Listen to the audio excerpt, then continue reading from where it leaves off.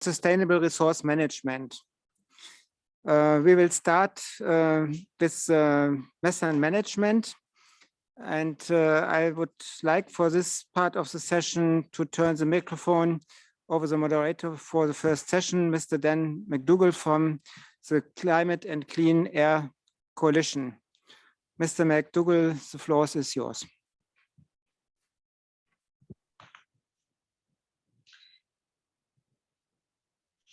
Good afternoon, and thank you very much for inviting us to participate in this session this afternoon.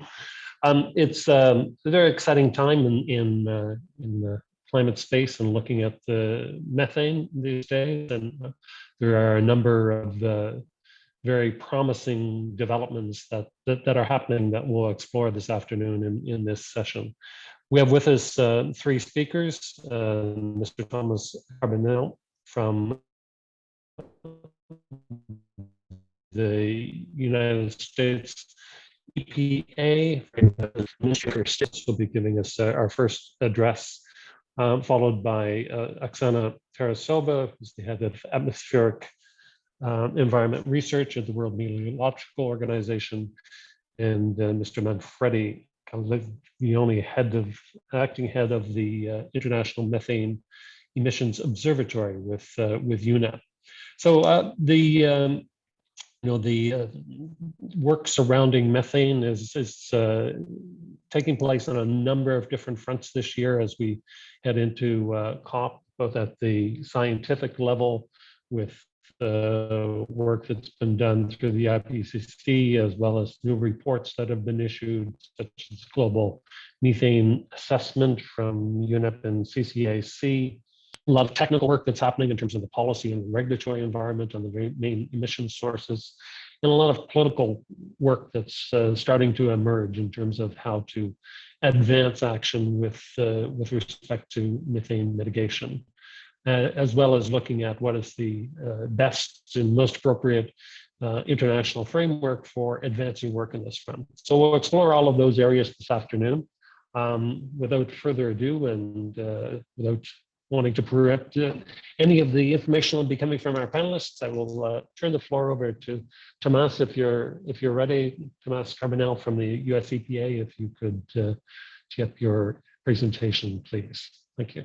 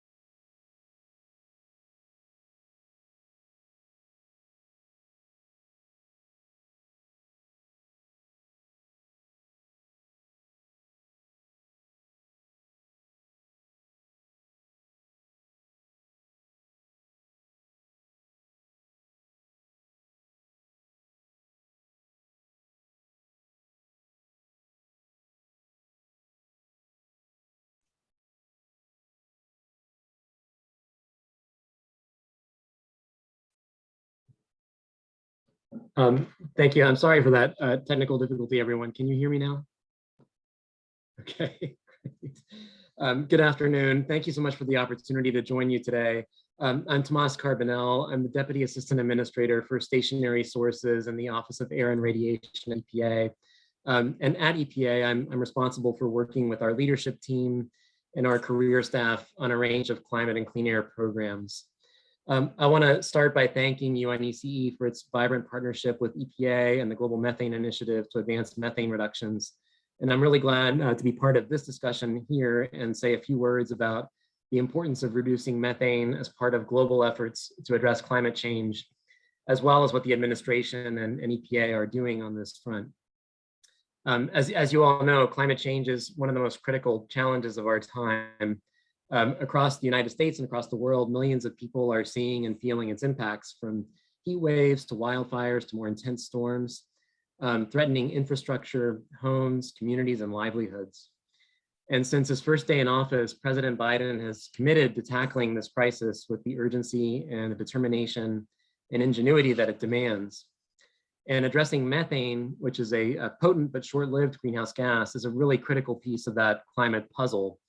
Rapidly reducing methane emissions is one of the single most effective strategies that scientists have identified to slow the rate of global warming in the near term and keep the goal of limiting warming to 1.5 degrees Celsius within reach. According to the Global Methane Assessment that was released by CSE earlier this year, readily available low or negative cost methane reduction measures could avoid as much as 0.2 degrees Celsius of warming by 2050. So this is really an opportunity that we can't afford to miss. And that's why at the Major Economies Forum last Friday, President Biden announced a new global initiative led by the United States and the European Union, known as the Global Methane Pledge. And the Global Methane Pledge is intended to catalyze global action to reduce methane pollution by doing three things. First, by setting a collective global methane emissions target. Second, by providing a forum for participating governments to make concrete and ambitious commitments to reduce methane pollution. And third, by advancing efforts towards transparent measurements and reporting of progress to help ensure these commitments are met. So countries joining the Global Methane Pledge have committed to a collective goal of reducing methane emissions by at least 30% from 2020 levels by 2030, and moving towards using the best available inventory methodologies to quantify methane emissions with a particular focus on high emitting sources. And this kind of flexible approach makes sense because we know that countries have widely varying opportunities, methane emission profiles, and reduction potential. Certainly, at a global level, there are massive methane mitigation opportunities in every major emitting sector, including oil and gas, coal mines, agriculture, and the landfill and wastewater sectors. But every country is at a different starting point and has a different sort of mix of these sources and opportunities. So through the pledge, we hope countries will take advantage of the low or negative cost reduction measures that are available and that can make a significant step towards meeting the Paris Agreement goals. But as you all know, the benefits of methane reduction for governments, for communities, and for the private sector go far beyond mitigating climate change. Methane reductions deliver other important benefits as well, including improving air quality and public health, enhancing agricultural productivity, leading to better management of waste, and recovering valuable energy resources. So really these solutions are truly sort of win-win-win opportunities for climate, public health, and the economy. We really appreciate our partnership with the European Union in moving this effort forward. And we're pleased that as of Friday, the US, the EU, and 7 additional countries, which include 6 of the world's top 15 methane emitters, accounting for over 1/5 of global methane emissions and nearly half the global economy, have lent their support to the pledge. So in the weeks to come leading up to COP26, we'll be working to recruit even greater support in hopes of officially launching the pledge at the COP. And we are really encouraging countries to sign on, show their commitment to address methane emissions domestically, as well as to work with other countries and with non-governmental partners to move these efforts forward. Having discussed the pledge, I'd like to say just a bit about what the United States is doing domestically to make progress of our own in reducing methane pollution. As part of the administration's effort to address the climate crisis, President Biden has galvanized a whole of government approach to support climate progress, including action on methane. In response to an executive order that President Biden issued on the first day of his presidency, EPA is promulgating new regulations to curtail methane emissions from the oil and gas industry, which is the nation's largest industrial source of methane. And I'll say a bit more about those regulations in just a minute. In parallel, the EPA has taken steps to implement stronger pollution standards for landfills. And looking outside of EPA, the Department of Transportation's Pipeline and Hazardous Materials and Safety Administration is also taking steps that will reduce methane leakage from pipelines and related facilities. At the president's urging and in partnership with US farmers and ranchers, the US Department of Agriculture is working to significantly expand voluntary adoption of climate smart agricultural practices that will reduce methane emissions from key agricultural sources by incentivizing improved manure management systems, anaerobic digesters, new livestock feeds, composting, and other practices. And on top of all that executive action, the US Congress is considering supplemental funding that will support many of these efforts. And among some of those proposals is a major initiative to plug and remediate orphaned and abandoned oil and gas wells and coal mines, which would significantly reduce methane emissions.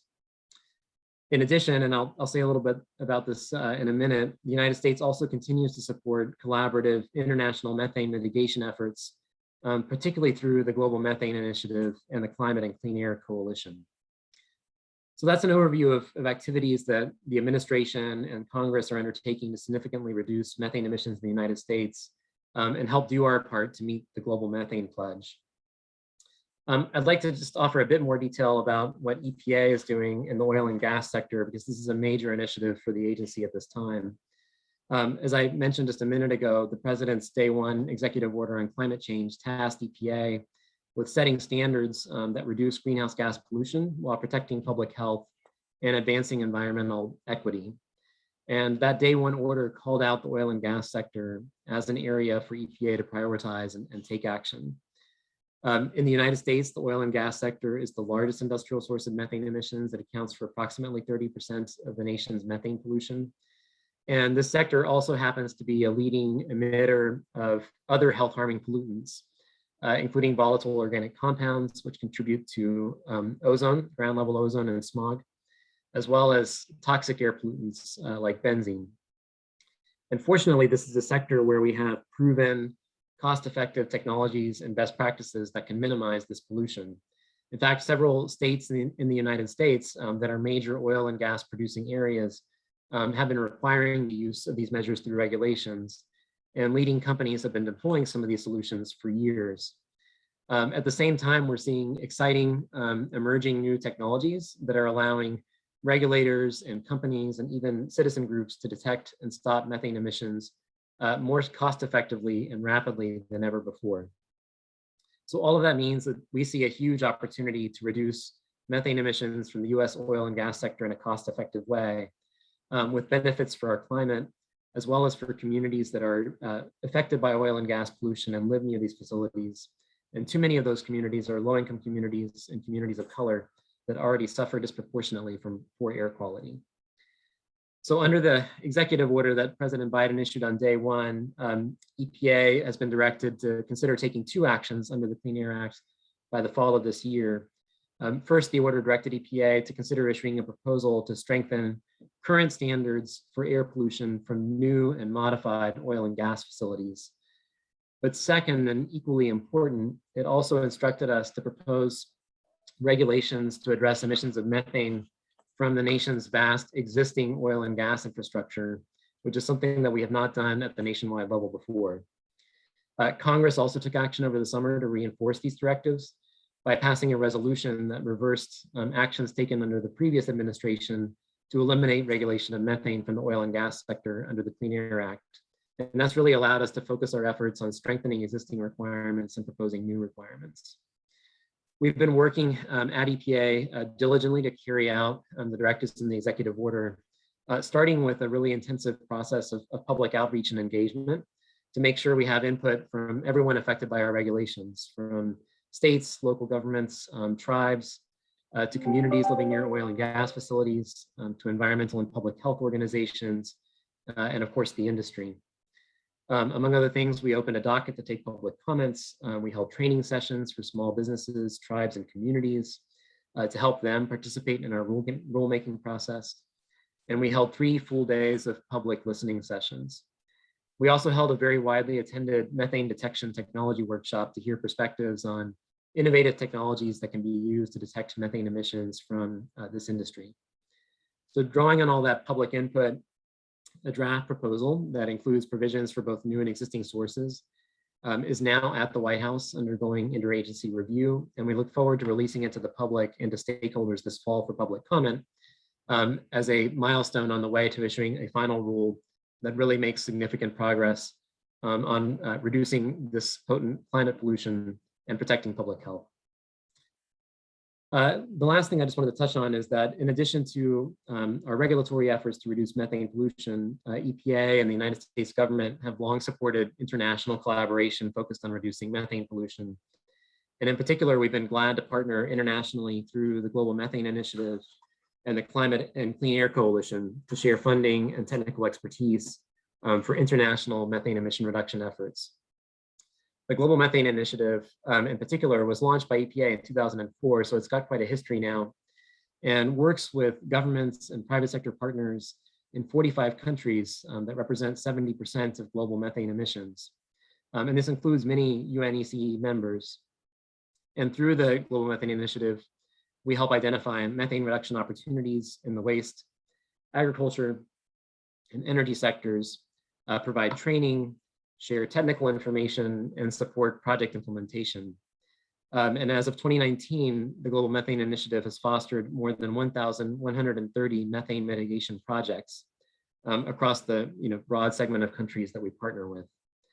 We were excited that this past June, the Global Methane Initiative re-chartered for another decade, which really situates this important partnership in a way to support ambitious global efforts. To celebrate this re-charter, the Global Methane Initiative held a virtual call to action, and it was just really gratifying to see the global engagement of countries, the UN, NGOs, and the private sector to work together on this important challenge.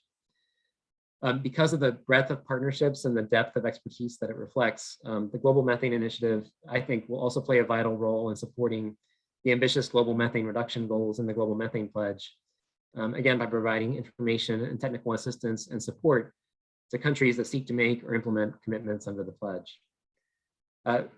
Again, I'm just really grateful to have the opportunity to be here and meet you today and share a bit about what we're doing and global developments on methane reduction. And we really encourage you all to continue your support and your work to reduce methane emissions. And we look forward to continuing our collaboration in that crucial effort. Thank you again.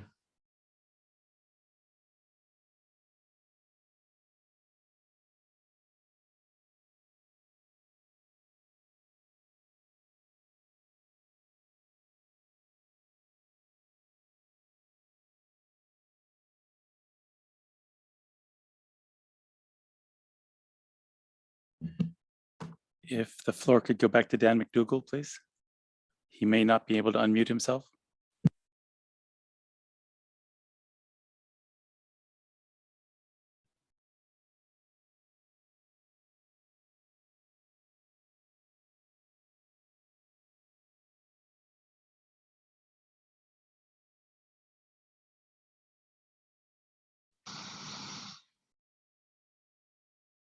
It seems that floor came to me as the next speaker. Probably I can consider if you don't mind. Yeah, there seems to be a technical issue with Mr. McDougall, so why don't we, Dan's come on video, but he's still muted. I'm waiting a second. Is he muted by the organizers or is he muted by himself? No, you're still muted, Dan.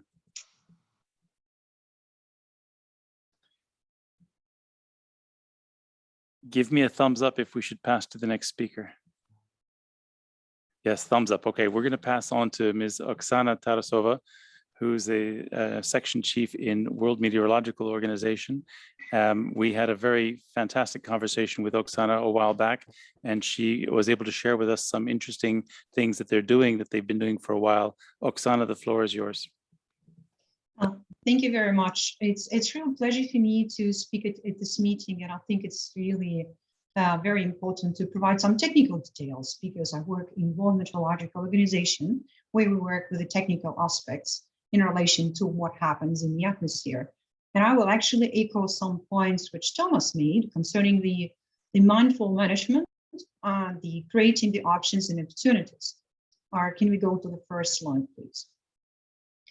And you can click several times so that we have the whole picture on the screen. Okay, so first of all, let's look at where the opportunities exist to reduce methane emissions and how it's currently done. Thomas referred to the two approaches, which is one is the inventory methodology, which is traditionally used by different industries and nations when you take the activity and multiply by emission factors and you get your emission estimates. And this is the methodology which is promulgated by the IPCC guidelines. But there is also the other opportunities to define the emissions, and in particular the ones which are very difficult to document through an inventory. And we call it the top-down estimates, or the estimates where we can use atmospheric observations, looking directly what happens in the atmosphere, and do the inverse modeling, kind of rolling back the air transport and see where the emissions come from. The best approach would be the combination of both, but the observational-based approach give you something which you do not see in inventory. Next slide, please. For example, you can see here the plot of our methane emissions, which are calculated for Los Angeles using 12 tall tower observations and inverse modeling technique. And what you can see that there are some spots which are in inventory, which are known sources, which you declare, but there's also something which is not in inventory. And then you take a dedicated measurement, so you send an instrument in the spot and you can see that there is a substantial leakage in the gas distribution pipeline, which cannot be in inventory because this is an accidental emission. So the difference between the traditional approach when you use an inventory is that you have a limitation in time and space, so you do it once a year, and also you cannot define all those emission sources which are the accidental or which are not according to the methodology how they should be run. Next slide, please. So what we do in WMO, we created a system which we called Integrated Global Greenhouse Gas Information System. These all big names are for integrated. We use a lot of different sources of information, global for the global consistency, and it's the information on greenhouse gases which can drive the actions on the reduction of the greenhouse gases. So it creates a common framework for methods which use observations and deduct the emission based on those observations, with the ultimate purpose to provide the information to the stakeholders or the managers of different facilities or the national scale or the urban scale to take the action on greenhouse gases. And the idea is that we have the common methods and protocols across different scale, across the countries, across the industries.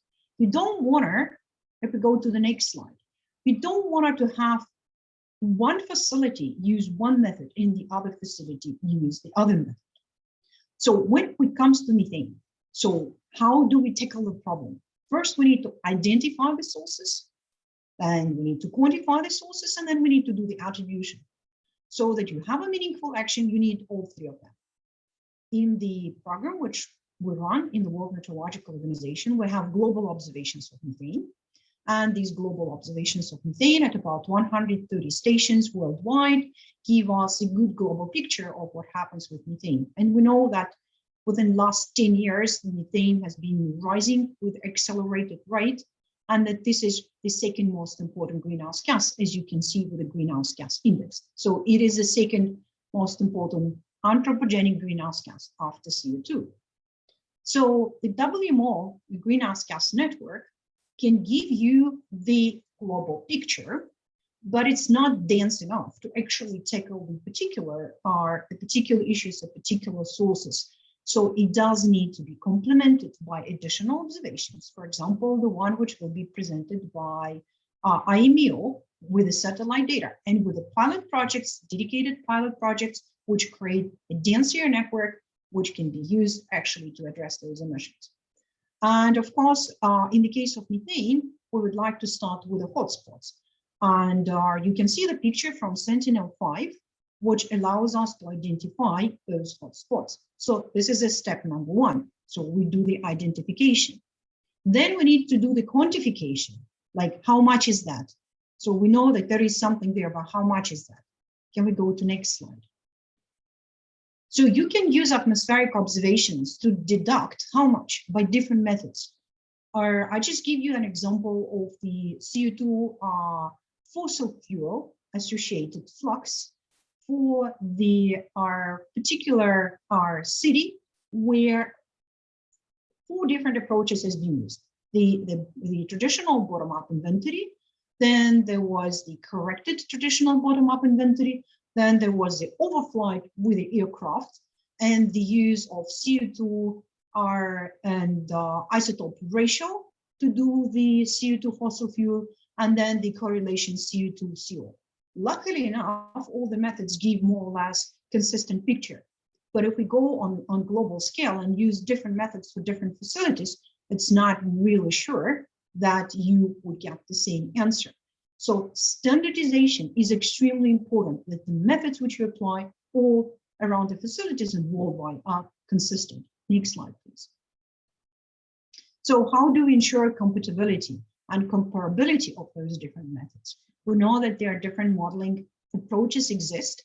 For example, there's been an inversion done by Switzerland to understand where does methane come from. There's been similar inversion done by UK, and they use different modeling system.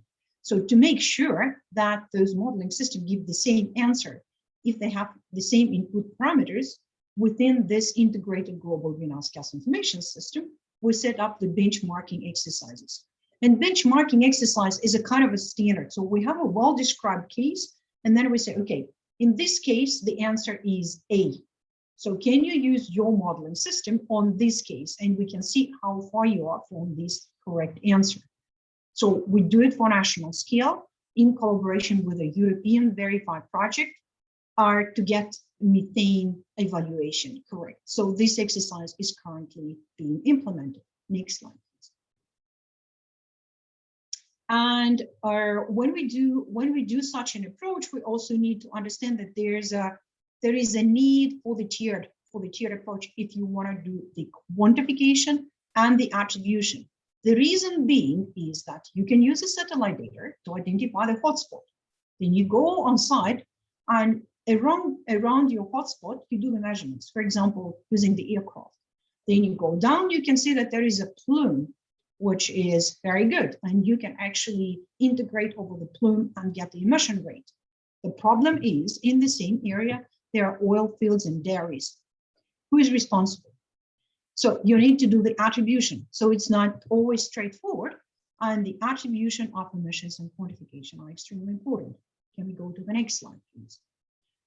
So we in atmospheric community are developing the methodologies and the new techniques, how you can use the observational based methods and the attribution of those emissions to the particular sectors. And in the case of methane, we are looking at the use of the stable isotopes. So if we make the measurements of methane and stable isotopes, you can do the attribution to different sectors, because as you can see on the plot, the microbial methane, the fossil fuel methane, and biomass burning methane have different isotopic signature. We are working very close with International Atomic Energy Agency, which is a custodian of the primary standards for the stable isotopes, while WMO established the primary standards for the concentration. So we work together through the Technical Cooperation Project on the development of capacity towards wider use of stable isotopes. And we just had a side event yesterday at the General Conference of IEA to promote this project further. And I would encourage the members of the community who work with methane to be mindful and identify, quantify, and attribute. And you cannot manage what you do not measure, so you better measure what you want to tackle. I think this is my last slide. Can you click once again? Fantastic. Thank you. Thank you very much for that thorough presentation. I'll see if Dan has managed to get his technical issues resolved. See if he's been able to get it fixed. I see he's still online. See if you're unable to unmute, Dan. There you are. Over to you, Dan. I think, thanks, Scott. Yes, part of the technical issues. Thank you very much for that presentation. It's fascinating to see the developments that are happening with the WMO and the relationship to that and the broad policy parameters and directions that were being outlined by Tomas and how these two things can fit together. Our next speaker is Manfredi Castiglione from the IMEO, who's going to give us a presentation on, I guess, the new kid on the block. So WMO's got some long history on working on methane and involving in some very new directions.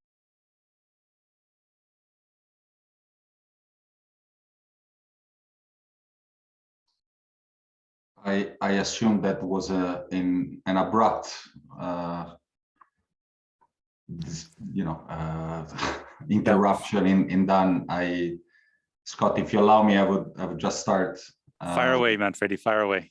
Thank you so much. And so, Michael, if we can go to the next slide, please. It's great to talk after Tomas and Oksana because I can skip a lot of the slides that I have foreseen. So you know that we are in a climate crisis. We can go to the next slide. We know that methane matters, is responsible for 25% of the climate change we're experiencing today. We know that the oil and gas sector, in general, the energy sector, but the oil and gas sector in particular, has the highest reduction potential. The IEA considers a 75% reduction by the end of the decade possible using existing technologies. And also that most of these emission reduction would be a zero or actually, providing resources to those, to those implementing them. And an important point is that we know that methane reduction is a key element of any pathway to 1.5 degree, even in the most aggressive decarbonization scenario. So we can see here the difference between the yellow and the green line, that it's the addition to targeted methane mitigation actions on top of decarbonization actions. And we're certainly glad, as UN, as the Secretary General has expressed, really encouraged by the progress made by a number of countries in the global methane pledge, and we hope that more countries will be joining before its launch at COP26. But what is needed to really accelerate action, and why methane mitigation action in the oil and gas sector in particular is not progressing as quickly as we would like? And Michael, if we can go to the next slide, we believe that that is really mainly due to the lack of data that is available, precise data on the magnitude and location of methane emissions. Most methane data is generated using decades-old emission factors that are not tailored to the specific reality of the facilities. And we know, as we can see here, that most studies in which we go out and measure emissions show a large discrepancy compared to the actual national inventories. This is a paper that was coordinated by UNEP in the framework of the Climate and Clean Air Coalition Methane Science Studies. In the next slide, there is a different paper in a different geography that we have not been engaged in, but that shows similar results. And we know from empirical studies that this happens across jurisdictions, across segment of the value chain. And so what we really need, the key element to accelerate action to the level and so the magnitude and the speed required by the Paris Agreement is again a better understanding of the data. So if we can go to the next slide, we can actually skip the next two because Oksana already covered those. And so what the role of the International Methane Emission Observatory, if we can go one more slide up, is really to publicly and independently and in a scientifically robust way disclose what is being emitted, where is being emitted, and how much is being emitted. And this is really the core of the theory of change of IMEO. IMEO will be doing so in integrating a number of different stream of data. And if we move to the next slide, so there are clearly four main data sources. One is the OGMP company data, reporting data that are reported by companies under the framework of the Oil and Gas Methane Partnership, but also science measurement studies that IMEO will be continuing to funding, satellite data, as well as national inventories. So if we can look quickly at these different sources, if we go to the next slide, UNEP runs in collaboration with the Climate and Clean Air Coalition, actually in the framework of the Climate and Clean Air Coalition, the Oil and Gas Methane Partnership that has arrived at its second version. It was launched in November of last year. It currently covers around 30% of oil and gas production globally. It has 74 companies, and those companies have committed to report their emission at asset level for both operated and non-operated assets, in line with a fairly robust methodology that we have jointly developed with NGOs, governments, and industry representatives. And so if we go to the next slide, we'll see how the data that we'll be receiving confidentially at asset level cover a good portion of the world between the operated assets of the companies member of the OGMP and those who are non-operated, so-called. So this is going to give us a wealth of data, especially in the coming years when the accuracy and the granularity of the reporting will be increasing in line with the reporting framework. Is going to give us a granular understanding of asset by asset data in different jurisdictions. And this data will then be integrated with data resulting from scientific studies. If we go to the next slide, over the last years, we have always in the framework of the Climate and Clean Air Coalition run these international methane science studies that we intend to expand under IMEO that covered different part of the value chain of the oil and gas, but also getting into coal in certain regions, and we're looking at so we have a number of papers that have been already published. I think there are 12 by now, 7 that will be coming out by the end of the year. We are working to do additional studies in Mexico, in Central Asia, in the Middle East, in West Africa, and we're exploring possibilities to do a major study in Latin America, in China, and in the Russian Federation. If finally the third element is indeed the satellite data. If we go to the next slide, Mikhail, we see how there is a dramatic increase and obviously a good thing of remote observation capability over the last few decades. With the last few years, we passed from basically 2 or 3 to double this number. But this information, while absolutely valuable, need to be carefully analyzed and integrated to be able to really drive the speed and the magnitude of action. We have seen over the last few months and years claims about super emitting events that have been identified that might actually not be super emitting events. And in general, it is important that we have a good understanding of both the top-down and bottom-up. So a good understanding both from the top-down observation, but also from the bottom-up, to be able to really catalyze action on the ground. Neither of us, neither WMO or UNEP or most governments directly control emissions. So it's really about engaging the industry and the ecosystem around it. And finally, again, national inventories that we hope will be informed by the analysis that IMEO will be providing. And so by bringing together these 4 streams of sources, applying big data approaches, data science and machine learning will be able to reconcile inconsistency, identify gaps that might actually be addressed through the methane science studies, and generate these public global data set of empirically verified methane emissions at an increasing level of accuracy and granularity that can be used by the different actors in the system to drive this mitigation action in line with what the science tells us. And the theory of change of EMEO, if we move to my last slide, Michael, is really to connect all these elements through this common language that the data will be providing. So we're not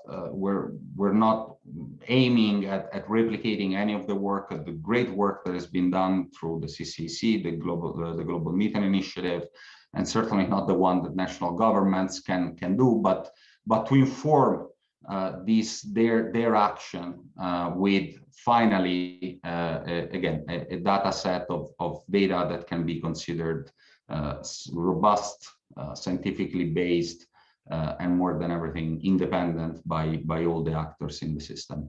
With this, I'll stop. I do thank you for giving us the opportunity to present on EMEO, and obviously we look forward to the discussion if we have any time. Thank you. Thank you very much, Manfredi. And in fact, all of the interventions for this session have been extremely interesting. Unfortunately, the moderator for this session is constrained by technology. So we have some connection issues that we're unable to resolve. We're not going to be able to go through an extended Q&A, which is unfortunate. But I do encourage anybody who has comments to put them in the chat if possible, and others to send us a note about an observation that you may have. We are going to bring this panel to a close. I would simply like to say the following things. Clearly, we've heard from Tomas Carbonell about the initiatives and the commitments that are being sought and that are being made. And there's a lot of action that's being undertaken, both at the national level, but also at the global level. And that's very impressive. There's a lot of effort being placed on gathering the data, coming up with a framework, doing the analysis, getting the knowledge that we need to have the framework for real actions to happen. So the idea that knowledge-based action planning leads to serious plans and activities then makes those commitments easier to deliver.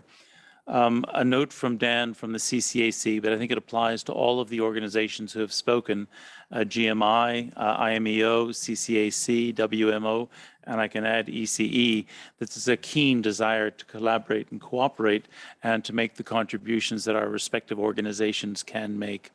So with that, I would like to thank all of the speakers from this session, and we will be back in touch with you to find out any follow-on that we can make going forward.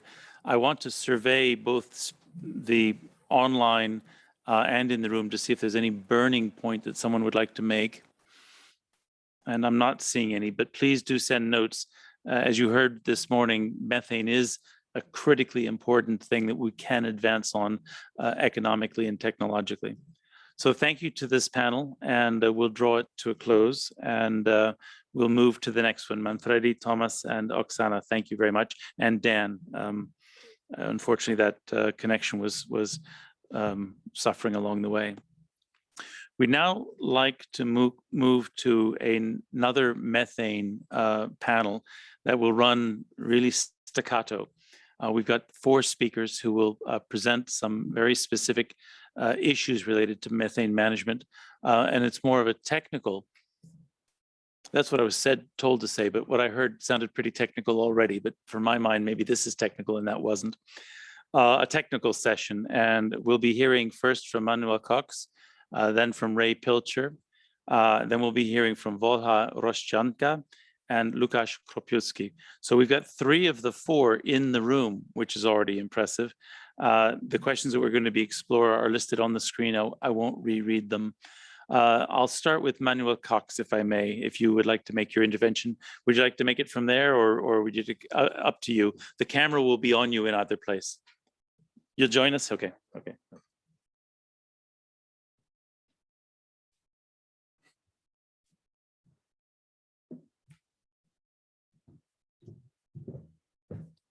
Secretary General of Marcogas, Manuel Cox, the floor is yours.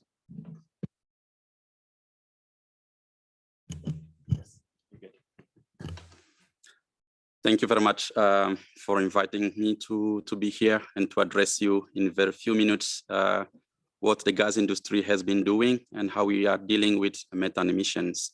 I am Manuel Cox, the Secretary General of Marcogas. Next slide, please. A few words about Marcogas. Marcogas is the technical association of the gas industry. It has been operating for 53 years. We are practically covering all the continental Europe. So we focus mostly on technical aspects and we support the policymakers and the industry. Next slide, please. A few words about methane emissions. Methane emissions itself for the gas industry is a top priority.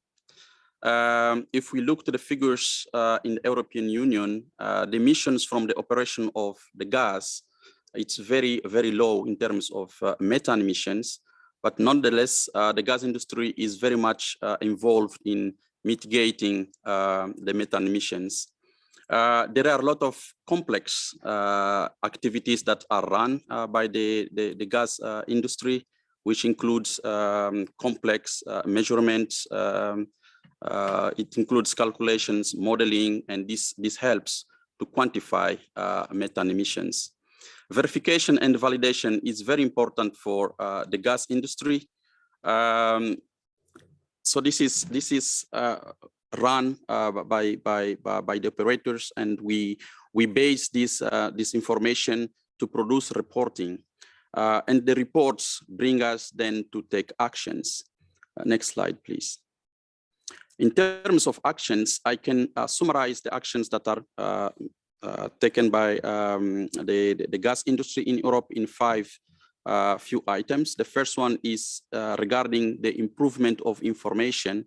So there is a need to strengthen the measurement, reporting, and verification of data.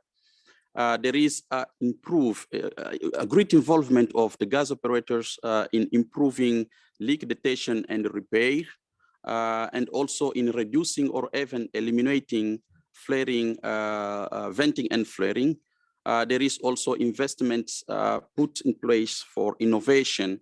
So there is innovation going on in terms of measurement, detection of methane, and this includes drones and satellites. The last and not least is the cooperation. So there is a great involvement between the industry and the policymakers. And also we have been working with the EU bodies and the international organizations. So methane emissions is a global issue, and we understand that the industry cannot tackle it alone. So that is why we believe that cooperation is key. Next slide, please. There are costs to tackle methane emissions, but there are also benefits. The costs of operation in terms of measurement, reporting, and verification, leak detection and repair, and also innovation are practically paid by the gas industry itself. But this is rewarding, even though in sometimes when it is not reflected in tariffs, the gas industry is still encouraged to mitigate methane emissions. And there is an important factor which is related to frequency. Although the process of detecting, measuring, and repairing methane is done constantly, there is a limit in terms of balancing the frequency of doing it so that the cost and benefit can be considered.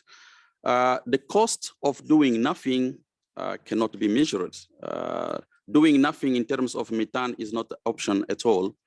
And if the gas industry in some sectors, in some regions are not acting, there is the risk that the public perception of the value of natural gas for the transition will not be considered. The second one is related to the negative externality that it's caused by not mitigating methane emissions, and this includes health, environment, and many other aspects. Next slide, please. Among many benefits that bring methane management for the gas sector are the increased operational safety. So the operation that is run for detecting, measuring, and mitigating the methane emissions increase also safety. There is the treatment of data, which increases transparency and also comparability. There is benefits arising for the environment protection, public health, and the ecosystem integrity itself. But also the mitigation of methane emissions encourages the industry itself to invest on renewable gases and bring the energy into a low carbon economy. Next slide, please. So in terms of conclusion, we value the global commitment. So there is a need to continue working together globally, not also only for the industry, but it's great to listen that the EU and US are working together in this regard of methane emissions, but also the society needs to cooperate. There is a need to take bold measures based on science and facts. Of course, there are many voices that come on the media regarding methane emissions, but it is important that we look to methane emissions based on a real data, and this is important for us. Investment in new technologies need to continue. Today, the technology which is in place is enough to tackle methane emissions, but we believe that on the technical side, there is a need to invest more so that we can reduce the release of methane. Data management is important for transparency, and there is a need for harmonization, mainly with regard to reporting. There is a different reports that come in place, but there is a need to harmonize how we read these reports. And natural gas is a low carbon fuel, and this is the fuel for the transition. So it is important that we, the gas industry, but together with the society, we engage in mitigating methane emissions, because the natural gas is the one which is making the pillar for the energy transition. And cooperation is necessary. And thank you very much, dear Chair. Thank you very much for your intervention. You've actually reinforced a number of the message we heard from the panel just before, so that's excellent. Thank you very much.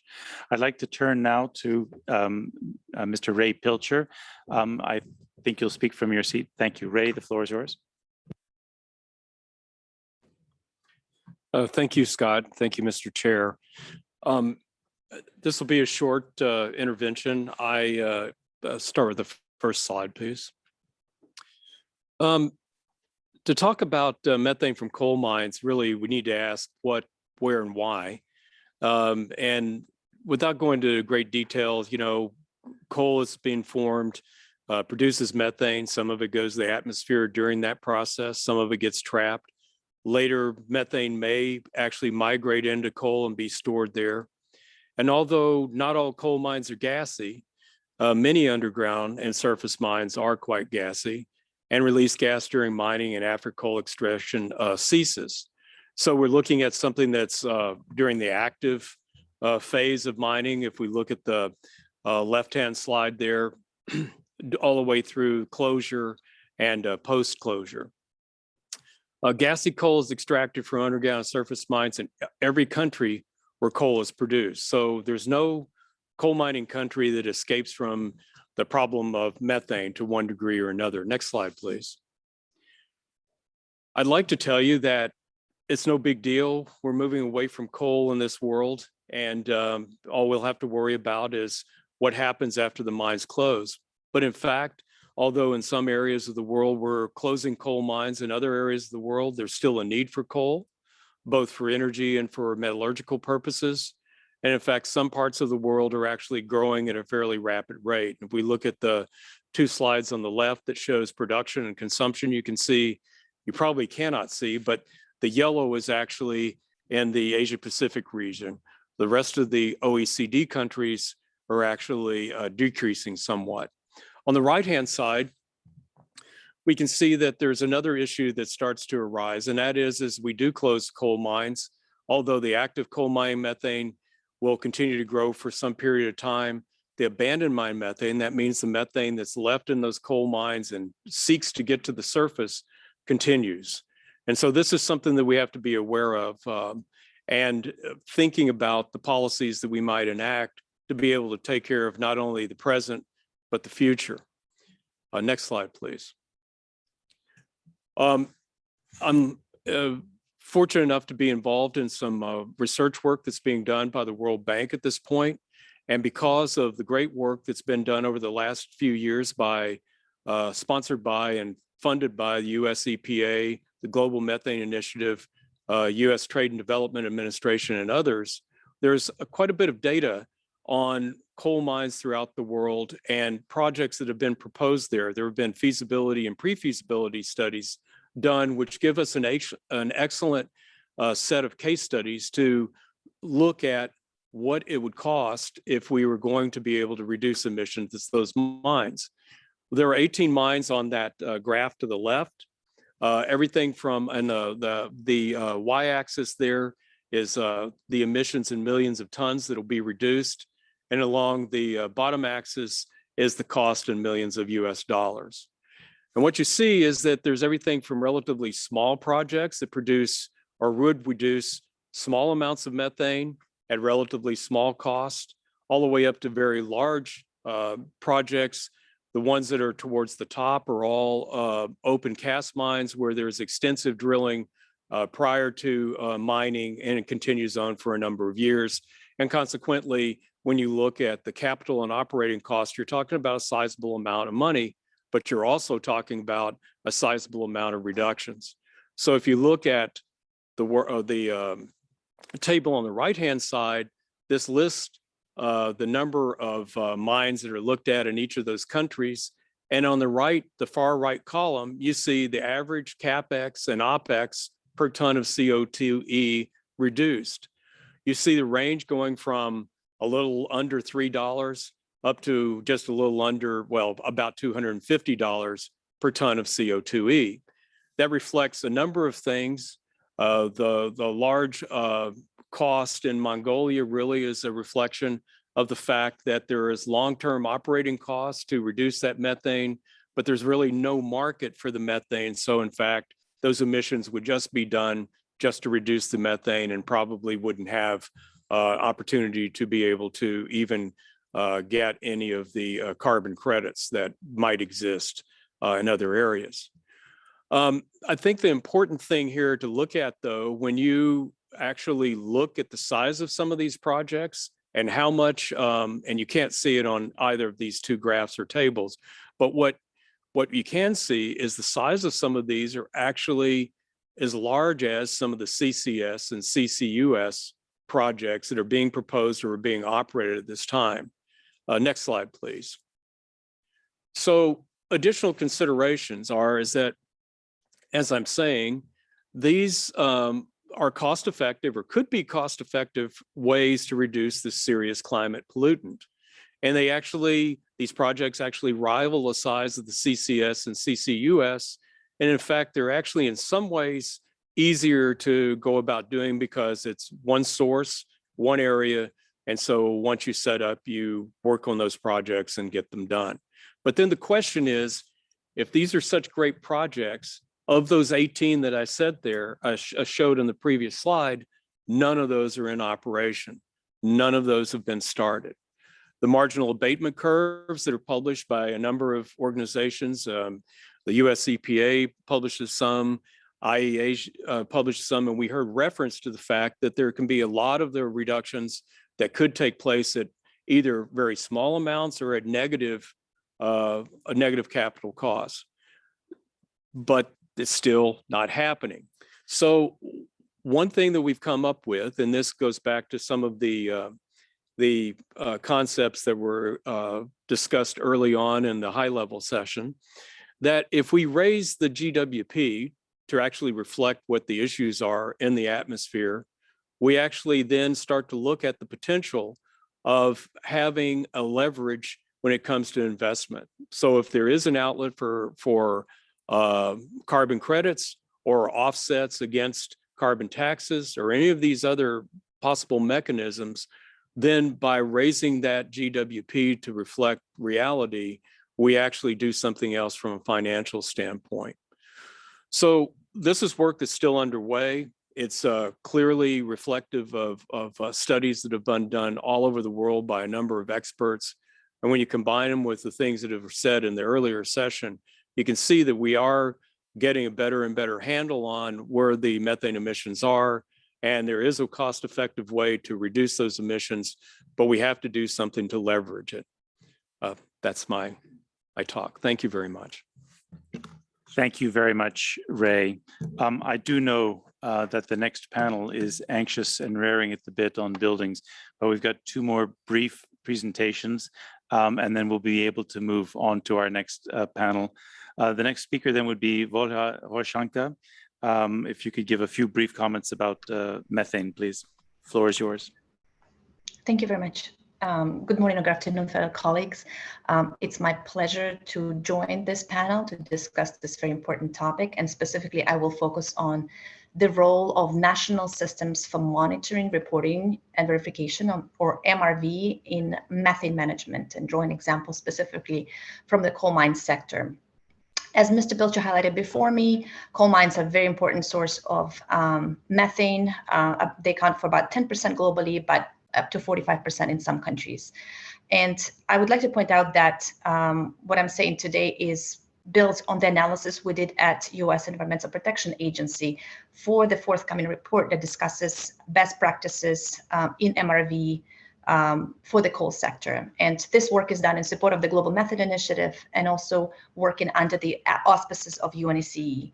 The report is set to come by the end of the year, but I will provide a lot more, and will provide a lot more detail that I will provide in this presentation. Background on and generic trends on coal mine methane is very interesting and helpful. However, to ensure mitigation, we need more specific data that can help identify mitigation opportunities, evaluate them, and implement projects in the most cost-effective way. Specific data is needed for reducing informational barriers to mitigation, as well as for building carbon markets. And such information can be provided by national systems for monitoring, reporting, and verification, or MRV.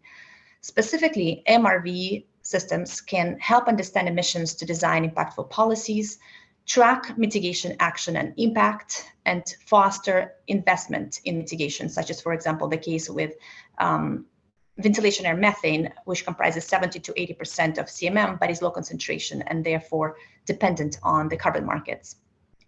Most robust approaches to MRV systems monitor emissions through direct measurements at facilities, following established methodologies. So moving away from national emission factors to measurement at sources, they report to a platform that eases documentation and data management and verify reported data calculations, as well as provide an independent check. Next slide, please. So in order to understand how MRV systems can provide reliable and useful data, it's important to keep in mind the inherent variability of emissions. Flow of methane at the source can vary within the day and often hourly. It can depend on the pace of mining, geology, and many other factors. But this inherent variability limits the accuracy of measurements, along with other factors that I don't have time to get into right now. But to reduce the impact of variability on accuracy of measurements, frequent measurements can be subjected. And ideally, of course, in an ideal scenario, we would get accurate emissions data from frequent measurements. But in a practical world, frequent measurements are costly, and we have to balance them against the potential benefits. And this is where being clear on policy objectives is important. Policy objectives in a given country can guide the approach to MRV. So for example, installing continuous emissions monitoring system might be too costly if serving data collection purposes only. However, if the goals also involve safety of coal mines or developing a carbon market, then it might be the right approach. And of course, there's many other factors that play into it as well, such as staffing, equipment calibration that I won't get into right now. Similarly, robust MRV data can support project development and implementation by helping to establish a clear baseline of methane availability, form an understanding of the variation in methane flow and concentrations, and provide developer confidence in gas availability over time. Next slide, please. So to develop robust MRV programs, there's a couple of things that need to be considered that are detailed in the report, and I'll just mention them very briefly here. Policy framework, stakeholders, specific sources of sector emissions or subsources, feasibility of direct measurements of different subsources. It's important to target subsources as well as to establish reporting thresholds, and finally to develop program structure, such as reporting frequency, platform, record keeping, and publication. And I'll conclude by saying that national MRV systems can provide reliable data for mitigation at the local level, but they also ideally should be compatible with international reporting efforts such as UNECE, and therefore supporting actions at all three levels. Thank you very much for your attention. I tried to cover my slides very briefly to make sure that the next panel has time to start in time. Thank you very much, Volha. That was very efficient, and clearly you've highlighted data, data, and data. It's all about the numbers. I'd like to turn to our last speaker for this session. And again, if we can keep it brief so we can get on to that next panel, but what you've got to say is important, so we want to give you your time. Mr. Lukasz Kropluski, who's vice chair of the group of experts on coal mine methane. The floor is yours. Mr. Chairman, Scott, yes, just 3 minutes. We've got techniques, technologies, and a lot of smart people. On the other hand, climate policy, and we have started to fight with methane emission using those techniques.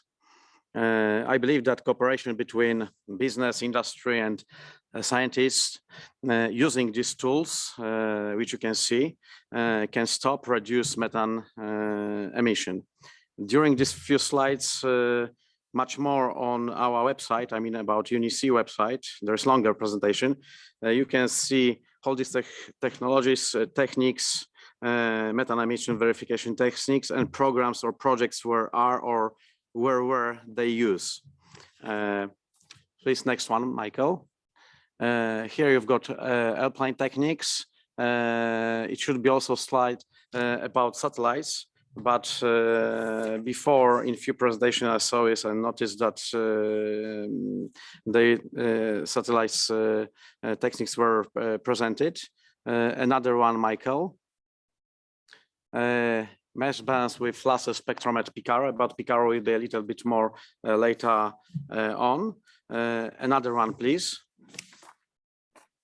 Drone techniques, direct, indirect. On website, I mentioned about it. You can find it, and you can also see movies which are on this presentation. Michael, please, another one. Yes, ferrite transform in ferrite spectroscopy.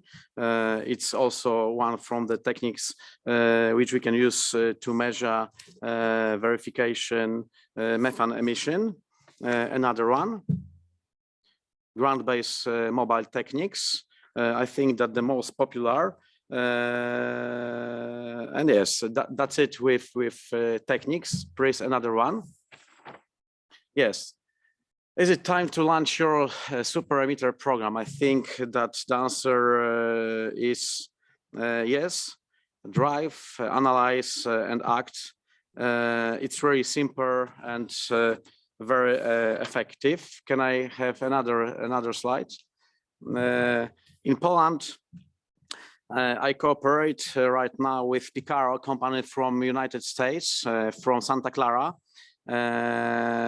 We've got like 190,000 kilometers of gas network, distribution network. We are starting to digitalize our distribution network, and we cooperate or we start cooperating with PSGs. It is subsidiary company, a Polish oil and gas company. Can I have another one? Here you can see how does it work. Here is whole concept. You can find it as I mentioned, and I'm going to tell you one more time on our website. Michael, another one. Thank you. Yes, Picard Natural Gas Asset Management Solutions. As you see, natural gas compliance leak surveys, emission qualification reduction, pipeline replacement, program optimization, and optimize asset management through predictive risk-based analytics. Another one, please. Yes, thank you. For more info on Picaro website or UNECE website. Thank you very much for a very fast coverage of some very technical information. You're a scholar and a gentleman, so thank you for that. We must draw the session on methane to a close. We have run over time a bit, and if there are questions, there's a very active chat that's been going on. I would like, if I may, turn it to the next panel, which is on high performance buildings, and the moderator for this session will be Lindsay Falaska. She's coming online right now. Let me turn it over to Lindsay. This floor is yours. Good afternoon. Thank you, Scott. And thank you for joining us as we look at the role of buildings in achieving climate and sustainable development objectives. My name is Lindsay Falaska, Director of the Building Innovation Hub in Washington, D.C. I've been an architect for over a decade, and I see tremendous potential in how we can reimagine our built environment to better serve the people within it. I am honored to lead our panelists through a discussion on their work, increasing the adoption and deployment of high-performance building systems and educational training, and provide examples of how these successful programs can be replicated globally. To begin a discussion on high-performance buildings, we must first define what we mean by that term.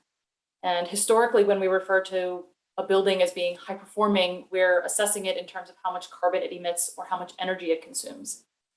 Today, let's define that term with a much broader spectrum and look at the larger role that buildings play in society, the outcomes that can be achieved when done thoughtfully, and the potential they represent for achieving the 2030 Sustainable Development Objectives. For a building to truly be considered high performing, it must not only use less energy, but also be accessible, affordable, resilient, grid interactive, economically sound, and provide social benefits for the community that surrounds it.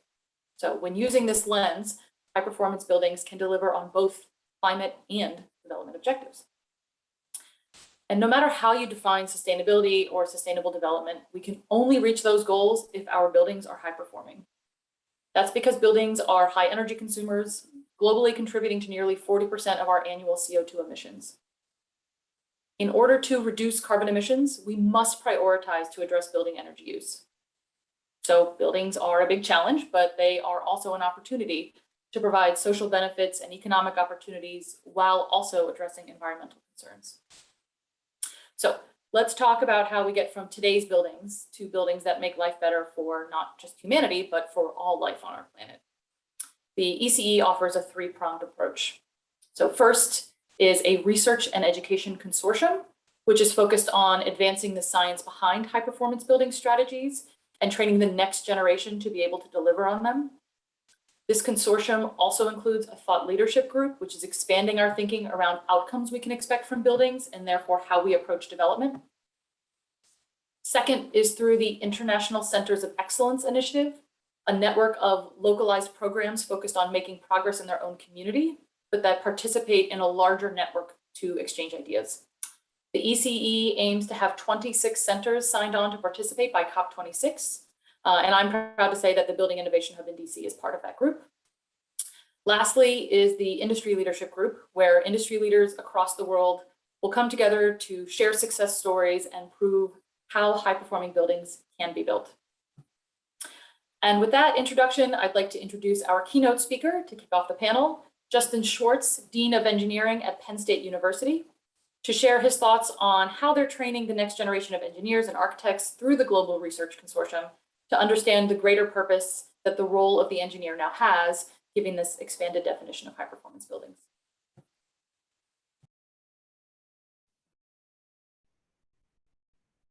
Thank you so much, Lindsay, for that introduction to our challenges. 6 weeks ago, the UN Secretary General Antonio Guterres said that the Intergovernmental Panel on Climate Change Working Group's report was a code red for humanity, and that the alarm bells are deafening and the evidence is irrefutable. greenhouse gas emissions from fossil fuel burning and deforestation are choking our planet and putting billions of people at immediate risk. 3 weeks ago, Hurricane Ida killed 20 people in Venezuela, caused $100 million in damage in Cuba, before hitting Louisiana with enough momentum to travel over 1,500 miles across land to the Northeast US, causing another 89 deaths, including 5 right here in Pennsylvania, from where I'm speaking to you today, and from where we don't normally get impact from hurricanes. More than $15 billion in damage is estimated from Ida. So Ida may seem like the unimaginable stuff of nightmares, but in reality, it should not be surprising because this is climate change in action. In Venezuela, more than 1,200 homes were destroyed by flooding. Many of those who died in the United States were trapped in basement apartments, some of which were illegal sublets, popular among those with few resources and even fewer options. Others were unable to evacuate or had nowhere to go. Their built environment failed them, from the physical buildings to the communities in which they lived. This is inequity in climate change. One begets the other. The impacts of climate change amplify injustice. Our infrastructure crumbles, washed away by monster storms, burned by raging wildfires. Our society is strained, ready to snap, worn out from the pandemic and repeated racial injustice. Extremism of many forms emerges in many places. Around the world, we're bearing witness to, and really suffering the results of, inaction across the human ecosystem. Our meeting today has in its name concrete action. So what are we doing and what can we do? I think we're all on the same page that we must reduce carbon emissions. But the question then becomes, how do we do that while continuing to develop the built environment? How do we produce hurricane-safe homes for everyone?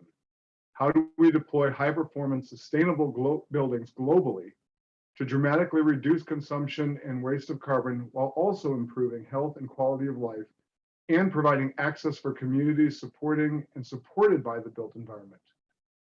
And we have to do it without carbon. People often think of this as a policy problem, and it is, but from where I sit, of course, first and foremost, I think it is also an engineering problem. Engineering is science with a mission, and we need engineers and scientists who can drive development and intellectually lead a vision for our growing world population of nearly 8 billion people. Population growth should not invite more injustice, nor the human despair that often results from it. So consider growth.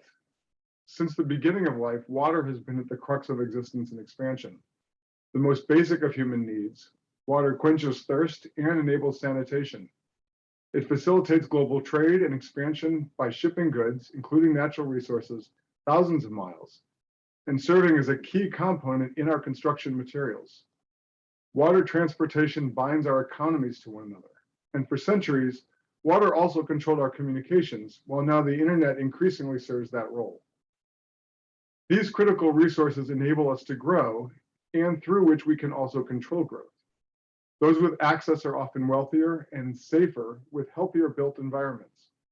They have established connections to other communities and the ability to move with relative ease and comfort within and between built environments. Yet even in areas with extreme wealth, access is not given or uniform. Think of New York City during Hurricane Ida. No one in the penthouses died. The built environment is not only our buildings, it comprises communities and the connections between communities. So how we design our buildings, and thus our cities, impacts how people live and function day to day, but even still goes further. The built environment is the driving cornerstone for how human societies and daily life will evolve in the future. So we can't think of the built environment in isolation. So then how do we bridge the divide of the haves and have-nots? How do we make access equitable for all of our resources? And how does the built environment fit into this puzzle? Those questions are the foundation of the work between Penn State University and the UNECE. Together, we launched the Global Building Network to conduct the research, communication, dissemination, and education necessary to raise energy efficiency standards in buildings worldwide. Starting its 4th year and led by Dr. Esther Abonio, a native of Kenya, the Global Building Network is one of 3 pillars of the UNECE's High Performance Building Initiative. Bolstered by the academic support of Penn State and partner universities the world over, along with industry and government, the GBN is, at its core, a global collaboration, and participants understand that global impact is built on local considerations and local implementation. Our programs create knowledge and provide education focused on energy efficiency and quality of life that comprehends local conditions and aspirations. We prioritize participants seeing how social equity and justice can emerge from decisions on buildings in the local context, and how research can incorporate our varied starting points worldwide. The Global Building Network focuses on the intersection of research and education with an aim to drive implementation. The ancient Taoist adage says, vision without action is a daydream. And frankly, we have no time for daydreams. Our students learn the why and how of better buildings. The how is action as we advance energy efficiency and health through research. As we experience the impact of climate change and a global pandemic simultaneously, it is clear that we need a built environment that provides energy efficiency and indoor air of the highest quality for everyone. Our research also influences how we educate students, and the feedback loop drives innovation. Externally, we work with partners worldwide to ensure our efforts are not solely an academic exercise or US-centric. Specifically, and with intentionality, we work with global collaborators on solutions for their local challenges. And our aim is to expand the reach of our global partnerships. To be truly successful, the global network must circumnavigate the globe.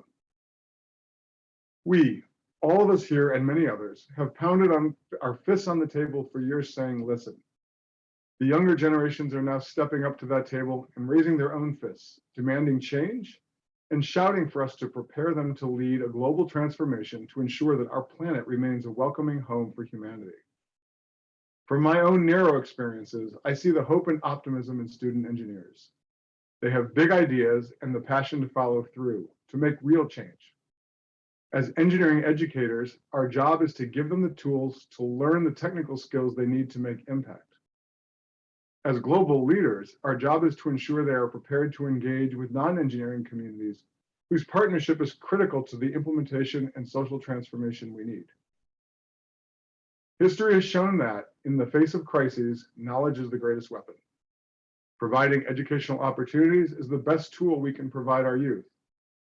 Penn State is a leader in both engineering education and in driving the connection between application of science through engineering to policy. Home to the Drawdown Research Experience for Undergraduates program, which provides mentors for students from across the US as they research solutions put forth by Project Drawdown, as well as an internationally recognized architectural engineering program and a newly established Masters of Engineering in Engineering Law and Policy. Penn State is preparing the next generation of engineers to understand and act when emerging technologies interact with and become part of policy and law systems. This new master's program, for example, is the first graduate program of its kind. Currently, it's a residential program, but we plan to offer it online via Penn State's World Campus. And really, that's key.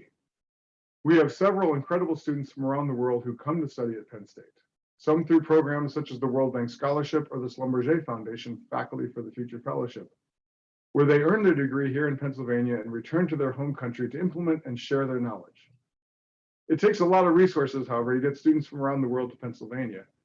And from the expense of tuition, the challenges of visas and moving, to name just a few, I imagine we're missing extremely talented people who could be extraordinary engineers and leaders in their home countries if they could access the education and do it in such a way that they don't need to leave their families or homes. So does it make sense for countries to spend so much to get one student to Penn State, or to take steps to bring Penn State to any citizen who wants to pursue an engineering education?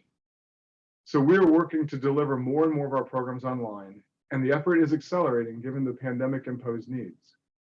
But it doesn't matter how many programs and degrees we offer online if potential students don't have access to the internet. This has become even more clear during this pandemic. Education is no longer restricted by the classroom when the classroom is the world. Just as waterways facilitated trade and communication, access to the internet is how our world evolves. So will we demand high performance for all, or will we tolerate limitations that allow so many to live in poor, sickly conditions for the benefit of the few who can afford more? In 2011, a United Nations report said the internet is a basic human right. Yet it took another 5 years for the UN to pass a resolution declaring it so, and it did not propose government responsibility for providing internet access. Look, for example, to India, the world's second highest user of the internet, yet only about half of India's citizens have access. The access divide is deep. On the flip side, consider Estonia. Estonia had every school online by 2000 and encouraged internet use by training its citizens, raising usage from 29 to 91%. Now their citizens pay taxes, vote, access healthcare and education all online. They have the first and booming e-residency program, attracting entrepreneurs who can help improve the economy. They have shown this can be done. The internet is, in many ways, the lifeblood of the modern built environment, from the concept to the execution of smart design and smart communities. As we are experiencing in today's gathering, with the internet, we can collaborate, we can share, we can gain the technical skills and the advantage of a global experience. By partnering to provide education to deepening our research at the click of a button, we can solve our problems. We can align our building techniques to fulfill the codes that will benefit our own communities and the communities we are connected to across the globe. We can share ideas and test concepts to reduce carbon emissions, and we can improve the old yet critical global supply chains to make every city a port of access. So I want to invite everyone here to join the Global Building Network. Our built environment is ailing, but together we can do better. We can learn from each other and build together. The 17th and culminating Sustainable Development Goal is partnerships. We know that by building partnerships, genuine partnerships, we can also rebuild the world. We can develop global solutions and implement them locally. We're not starting from scratch, we are starting with each other. We have moved from banging our fists on the table to knocking on the world's door, and I really hope we will all answer. Thank you.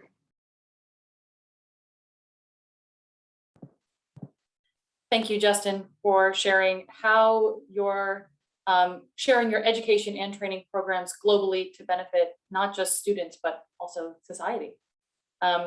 Next, we will hear from Vivian Lofness, Paul Mellon Chair in Architecture and University Professor at the Carnegie Mellon University, to discuss her work as a part of the Thought Leadership Group and how they are looking at the larger outcomes we can expect from buildings. Thank you very much, Lindsay, and thank you, Dean Schwartz, for a very inspiring talk about the importance of the built environment to addressing our global challenges. It's a pleasure to be able to join this. I'm part of the Thought Leadership Group that UNECE has pulled together to help develop an international protocol for high performance buildings and communities, which builds on the centers of excellence and the global network that Dean Schwartz spoke about. Just so you know, I'm from Carnegie Mellon University, not very far down the road from Penn State, and actively involved in high performance buildings, which is not just low energy, but high indoor environmental quality. And I work in this living laboratory at Carnegie Mellon. I also have the privilege of serving on a National Academy Committee that is focused on decarbonizing the United States by 2050. And what we have to accomplish by 2030 in order to actually go to carbon neutral by 2050. And one of the most critical conclusions of this group has been that government actions over the next 10 years are critical to achieving that and to making sure that it is a fair and equitable path to net zero by 2050. It also, not advancing, okay. It also has, in its first report has already been issued. It was issued to coincide with the initiation of the new administration. And it has a series of 5 major goals that have to be achieved by 2030. One is we have to rapidly electrify energy services in transportation, buildings, and industry, which might also address some of the methane leaks that are in the gas infrastructures in American cities. And California has already initiated a mandate that all new construction will be electric based. It set a second goal of improving energy efficiency and the productivity of energy, specifically looking at buildings and industrial energy use, as well as transportation. It will focus on producing carbon-free electricity, which is a rapid increase in renewables, and expanding the innovation toolkit with tripling in federal support for tools that will get us towards carbon neutral. We do have to invest in critical infrastructure to make this happen. And this, of course, is exactly what the UN nations are trying to address. I think all 5 of these goals are central to all of the UN nations. We do have 2 energy challenges, though. First is that we fundamentally believe that more energy is the only path to better quality of life. And we also have sort of a misguided understanding that electricity generation is actually an end-use sector. And I want to make the point, first, that there is a dramatic difference, a 50% delta between equal quality of life nations, with the US being in many cases the outboard, high quality of life, very high energy demand, and many other nations that have achieved equal quality of life, if not better quality of life, with 50% less energy demand. So we do not have to buy into the assumption that improved quality of life is a dramatic increase in energy. In addition to that, it's very important for us to rethink the notion that electricity is an end-use sector and redistribute the electricity generation into the actual end-use sectors, of which agriculture is not on this chart and should be on this chart. 70% of our electric power generation is consumed in residential and commercial buildings. And this is a world diagram that is reflected in the US as well. If you look at the carbon footprint, the diagram on the left is what you see in almost every presentation, including project drawdown presentations, where electric power is treated as an end-use sector. As soon as you realize that it is not an end-use sector, but a supply sector, and redistribute it, buildings which look almost inconsequential, 13% of the problem of the carbon problem is buildings, immediately become consequential. 32% of the problem is buildings. And all of a sudden we realize we have to invest in our buildings. And if we look at the amount of industrial production that is in building materials and construction, concrete, steel, plastics, an additional 6% of the industrial carbon is in buildings. So it starts to show us that the building sector is critical to our carbon goals. It's also the sloppiest use of fossil fuel and electricity. Industry has already made major strides, and internationally, transportation has made major strides in carbon reduction. The building sector has not. And we have the potential to do a 40% reduction in energy demand and carbon footprint by 2030 and an 80% by 2050. And if you look at how we're actually going to draw down carbon, you'll start to realize that 40% of the solutions are wrapped up in better built environments.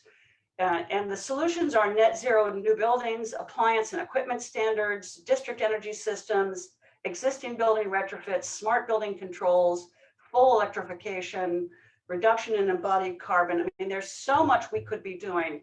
And all of these investments are local job-based investments, innovation and industry investments, and quality of life improvements. So it really becomes a strategic direction for us as we address the global carbon and climate change.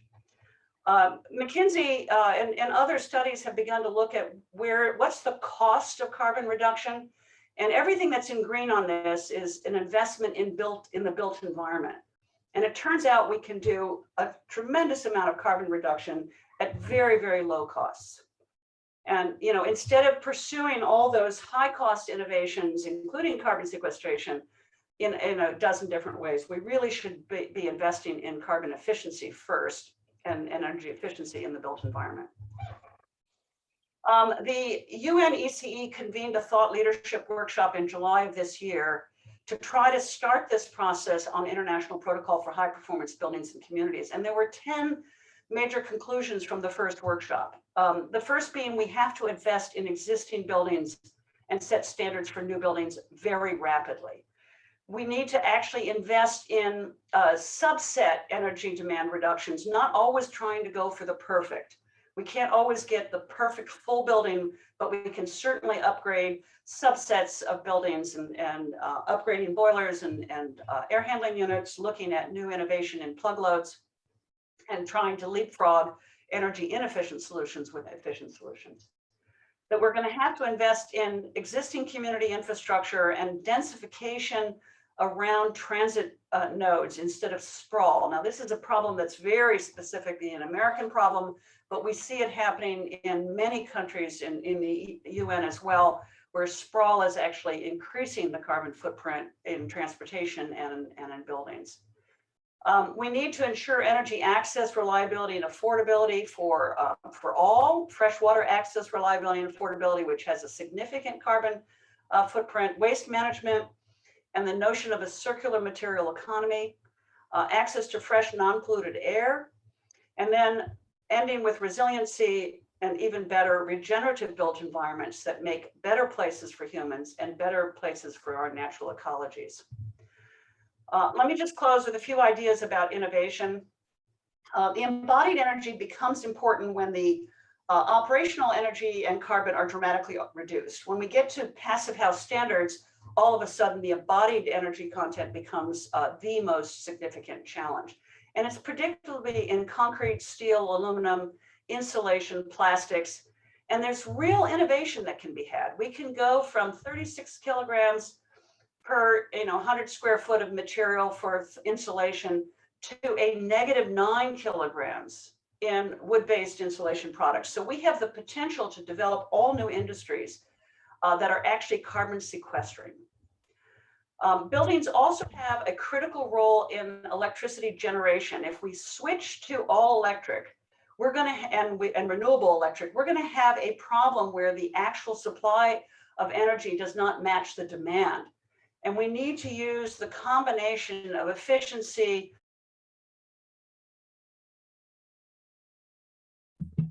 Vivian, you've muted yourself by accident. Right. Okay, thank you for.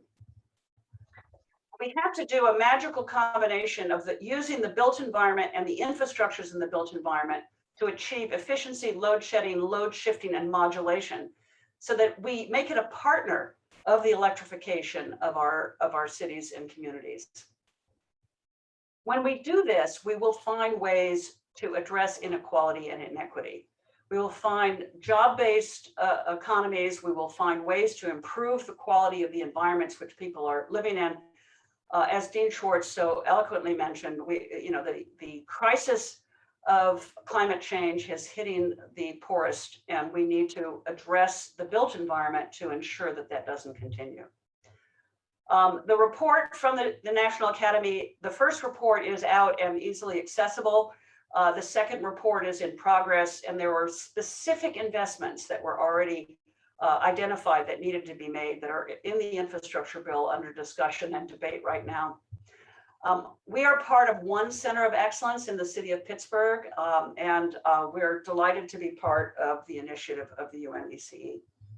Thank you. Thank you, Vivian, for sharing how we should look at how electric power is not an end-use sector, but a supply sector, and what that means for how buildings should be a priority to address in terms of carbon emissions, and how we can also look at the economic and environmental solutions to address it. And finally, we will hear from the Green Building Alliance. We are joined by Jenna Kramer, the Executive Director, and Chris Cheslak, the Vice President of Program Strategy and Impact, who will share with us the effort that they are leading, representing one of the International Centers of Excellence that is part of the global network of localized programs.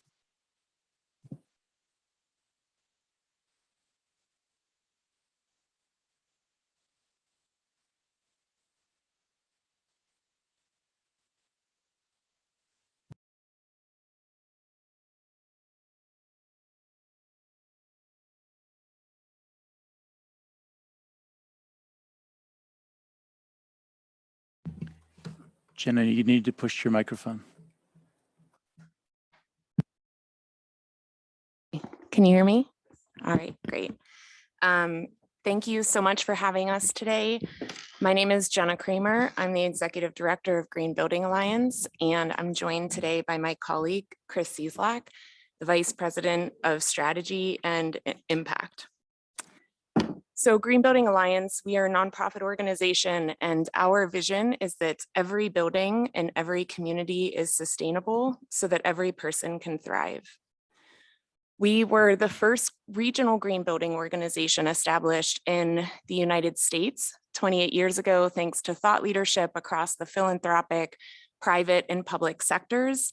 And since then have been working to advance green building, leadership, and innovation in many ways. So we're based out of Pittsburgh, Pennsylvania. Our programs run throughout Western PA, and we have strategic partnerships across the country and the world. And Pittsburgh's transformational story cannot be told without really embedding the importance and investment in sustainability. And so many people know Pittsburgh with its strong industrial past, and then the Pittsburgh of today. And a lot of that has been due to our investment in sustainability and green building. And I mentioned thought leadership and early adoption. We've had people come together across sectors to learn about best practices and actually make them tangible in our city and region. So when the first green building certification system came out, we had 3 of those first 13 projects in Pittsburgh. And since then, we always talked about ourselves as a place of green firsts. And whether it was LEED certification or living buildings, or as things kept really moving forward in an aspirational way, then moving towards passive house standards, we took these ideas and really put them into the ground and made them possible. And so this early adopter and innovator idea has been something that's been part of who we are. I also have to say passive houses move forward a lot due to our partnership with the Passive House Institute and Tomas O'Leary, who got an award earlier today. So we are grateful for that as well.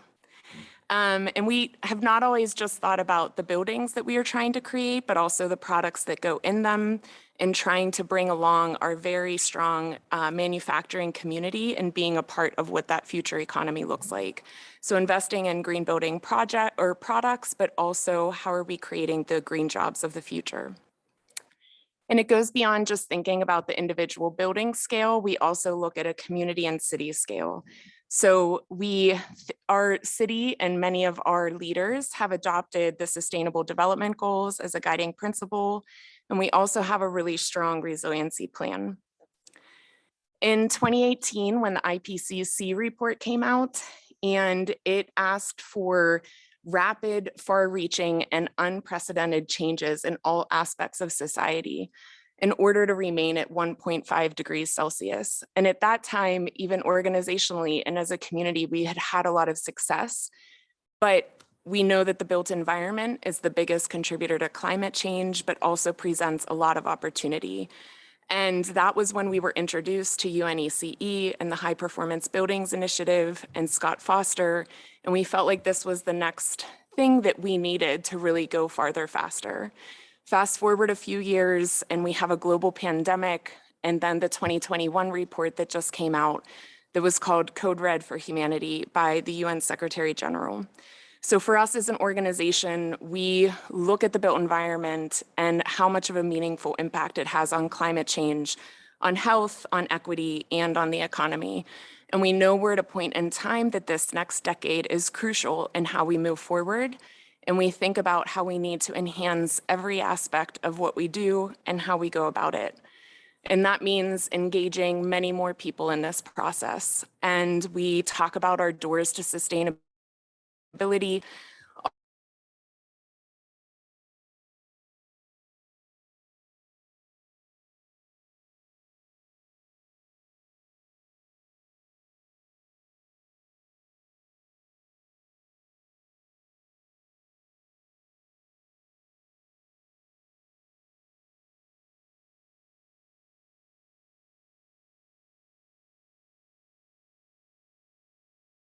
That's coming along, so we inspire and engage youth and educators as well. And I also want to bring my colleague Chris in to talk about the Pittsburgh 2030 district and how we're looking to amplify those efforts. Good afternoon, and thank you for having us here today. I oversee the 2030 district, and what I want to tell you today is part of what we've heard from the group is the country's commitments and how they're going to impact the problem at hand. So what we're here to do today is to demonstrate for you how the commitments that the countries make are able to be transformed and operationalized at the ground level. So what we've basically done is created a program that is simple to engage with and that speaks in a language that resonates with the people that have the power to implement change. So the 2030 district is a program that is specific for the built environment, and it encourages property owners, property managers, building owners, and facilities teams to reduce their energy and water consumption by 50% by the year 2030, as well as reducing their carbon emissions from transportation. We also have a goal to achieve carbon neutrality in new construction by the year 2030. We are a network of districts across North America in 23 different cities.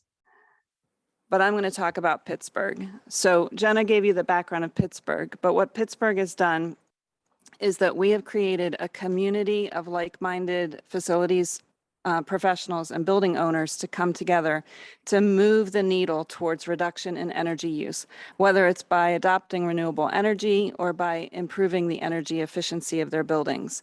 So you can see from this map that our team has recruited over 86 million square feet of commercial buildings, 550 buildings representing over 100 property owners within our city to make those commitments towards energy use reduction. We're the largest 2030 district in North America, and we're super proud of that. But how do we do that? We create cohorts of facilities managers that work together to use data to drive change. We meet with them once a year to review their performance. And we heard earlier this week from the group of experts the need for a personal trainer as it relates to energy efficiency. So what we do here is we try to be the personal trainer for the building owners and operators by having personalized, private, and confidential sessions with them, basically to assess their health as it relates to energy efficiency. We do that with data, and we're able to show them how their work on the ground influences their costs and their reductions that can then be invested back into their buildings. The fact that this work is confidential and personalized is really what helps motivate people because they feel like they can engage with us at any level. They don't need to be the leaders. They can be the followers if they want to be. They can even be the intransigent stragglers. One way or another, we're going to collect them up and help them move along the path. So over time, we've avoided energy each year. It goes up. It's a cumulative impact. So we're able to show this data to our property partners and motivate them to strive farther along. I can go through that. I've already talked about that. So just a few more points to be made before I move on. What this program does is it transforms the market and it normalizes an approach to energy efficiency at the individual level and the individual building level. And that normalization of the process is what really helps the intransigent stragglers along the path.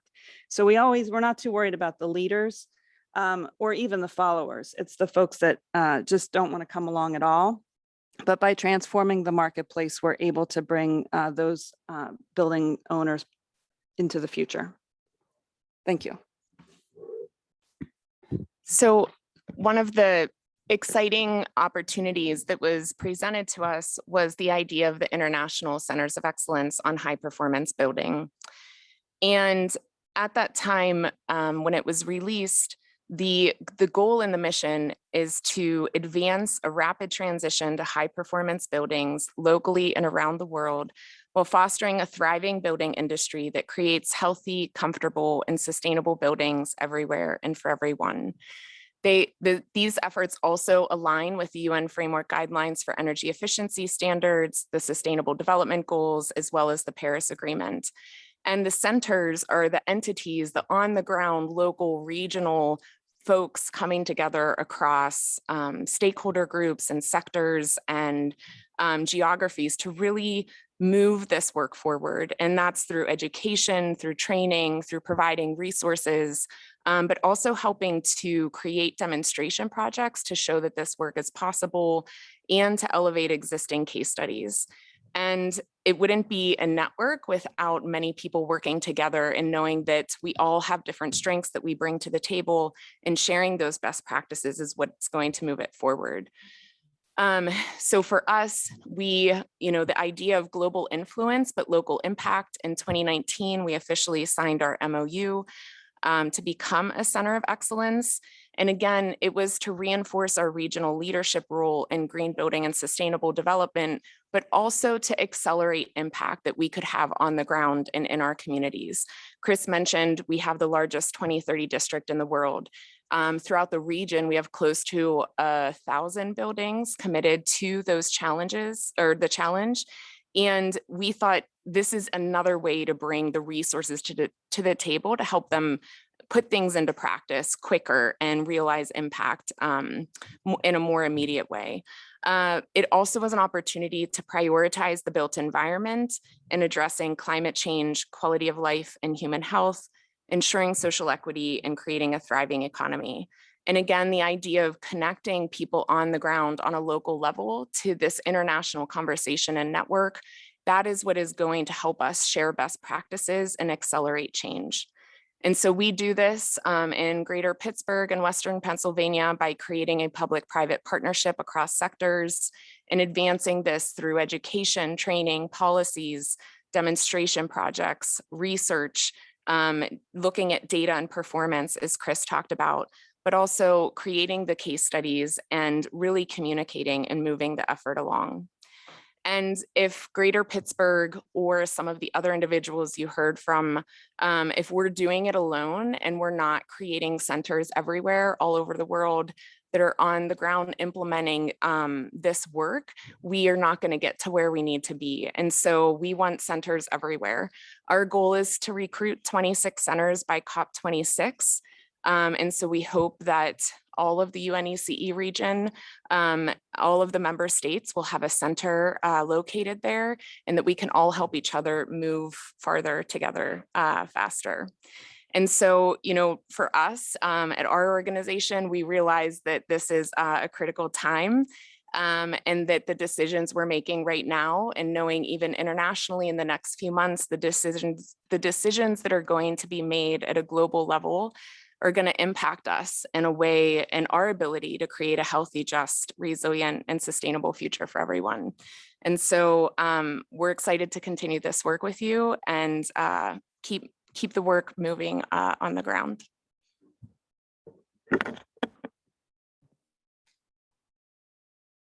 Jenna and Chris, for sharing and innovation, not just locally, but more broadly, and how you're looking at the community impacts of high-performing buildings and how you're actually encouraging actions in your city. I'd like to thank all of our speakers for sharing their work in demonstrating, first and foremost, their commitment to high-performance buildings, and second, to showcasing concrete examples of how the ECE strategic approach. Since we're almost at the end of the hour, I will turn the mic over to Scott Foster, but we'd like to wrap up this session today by presenting the conclusions and coming to a consensus agreement on the strategic approach outlined by the ECE. These conclusions present a program with well-designed principles to achieve sustainable development via high-performance buildings. So thank you for having me here today. And with that, I will yield to Scott.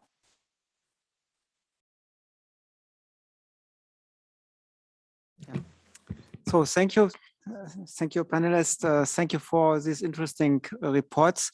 I will take the opportunity to put at least one question.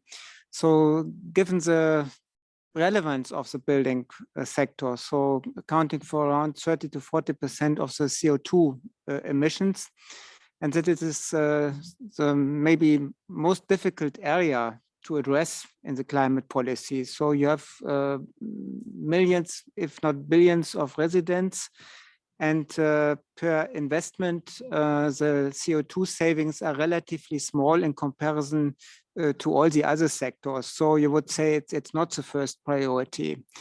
The question is, what are the drivers to tackle this challenge? It's not the carbon price, so it's the energy price, and given the situation here in our region where it's subsidized, the energy price is quite often not the driver. And I think this is one of the questions. If you try to transform your experience into practical policy, which has to be addressed, as there's a need for long-term financing. So we had this financing issue this morning as well already on our agenda. And of course, it's easier with interest rates of 1% or 2%, but in many countries of our region, we have 15 and even more.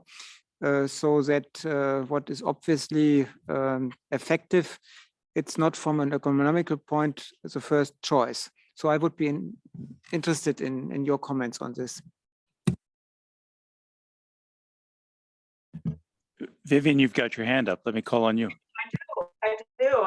This is the most classic question, which is how do you pay for the investments in a highly distributed set of buildings and infrastructures?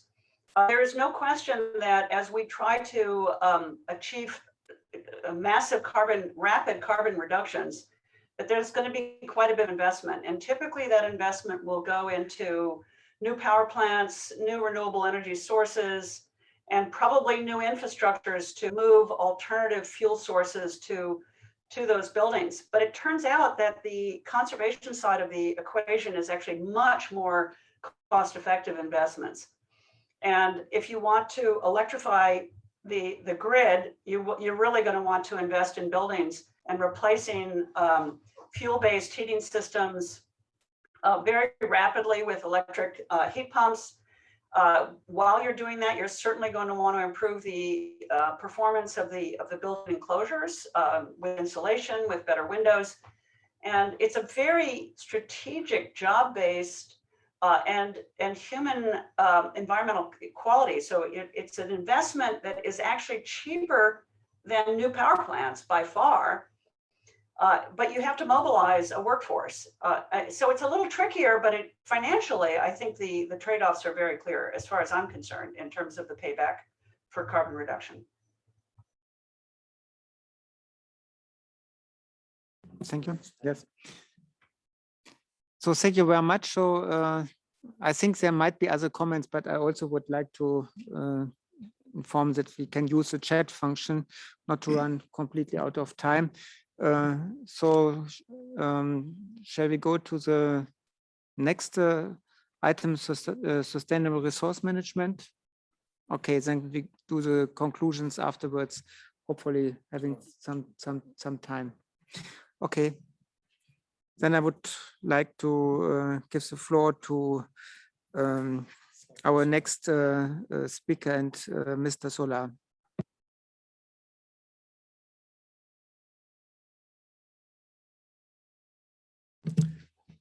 While he's making it up to the front, I'd like to thank the last panel. That was an outstanding session, as you saw from me this morning. It's yes, please join us here. A fascinating topic, and it should be number one on the list. And we're now turning to sustainable resource management, and I will turn the floor over to my colleague, Slavko Solar. The floor is yours.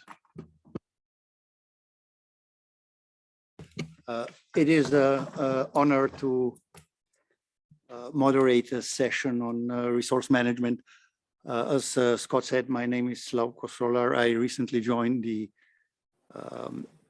Secretariat of expert group on resource management, working together with Harry and Charlotte. So jumping to the session itself, we, as you saw on the program, we have quite a few of the speakers. The session is put in two parts. The first part is with the keynote speakers that would present their perspective on development and implementation of UNFC and UNRMS.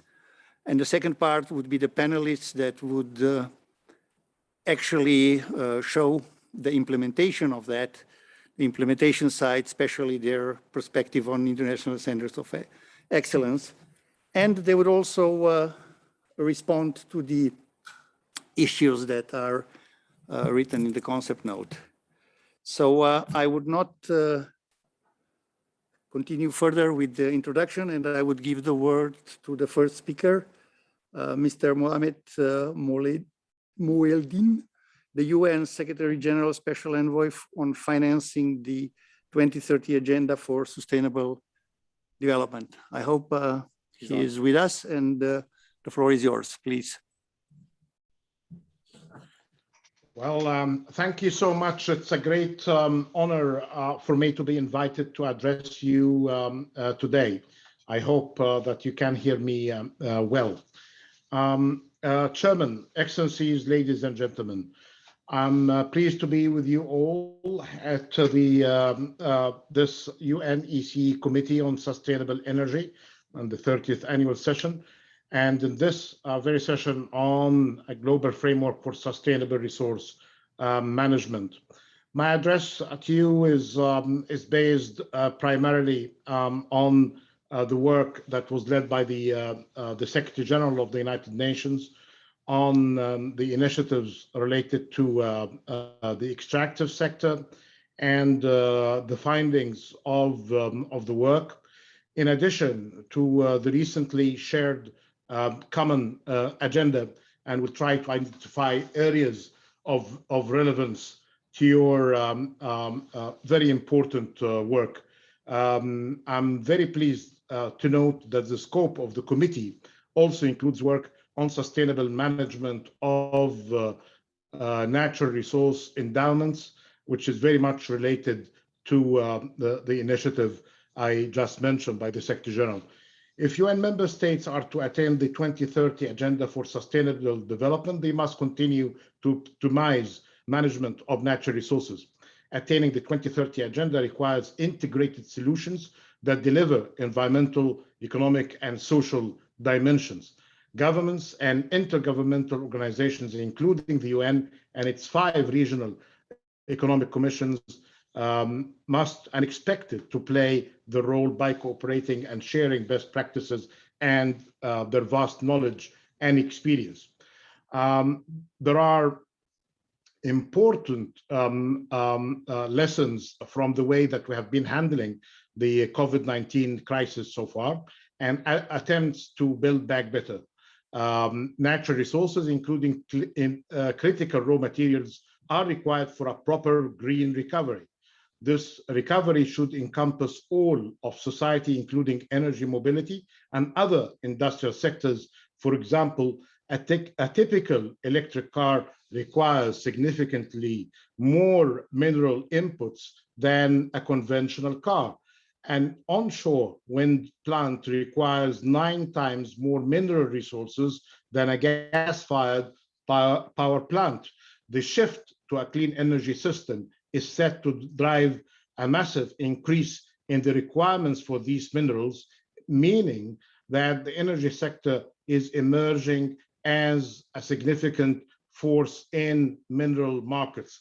I found this very much important and of great relevance, and you may have heard or listened to the Secretary General talking about the dark side of technology. And here, while we are happy to see the impact of digital transformation and moving to cleaner energy, we need to be mindful to this dark side, especially on unhealthy competition on mineral resources. And it could be noted actually that technology that we delight in calling green may not be as green as we think. They could even have an enormously negative impact on the environment unless we are mindful to deal with this issue. I'm referring here to a recent publication by Mr. Pitcher on the rare metals awards. Of course, we need no more tensions, and we need to really work on the prevention of any kind of unhealthy competition in mining or activities in the extractive sector that could be eventually harmful to the environment, society, and the economy. With this in mind, under the Financing for Development in the Era of COVID-19 and Beyond initiative, the UN held 5 regional roundtables on extractive industries in 2020 and 2021. These culminated in the Global Roundtable on Extractive Industry and launch of the UN Secretary General brief on transforming extractive industries for sustainable development in May this year. The roundtable benefited from the prescription of several heads on the participation and the prescription of ideas by experts in the field, including participation from academia and civil society. I'm happy to summarize the main findings as they are 6 as follows. First, integrating the circular economy throughout the extractive sector. We have been realizing that this sector might be isolated, working as a kind of a separate isolated island from the rest of the economy. So the issue of integrating it was very much at the top of the priorities. The second is securing just transition from fossil fuels to renewable energy, including for coal-dependent economies and local communities affected by this change, including women, youth, and indigenous groups.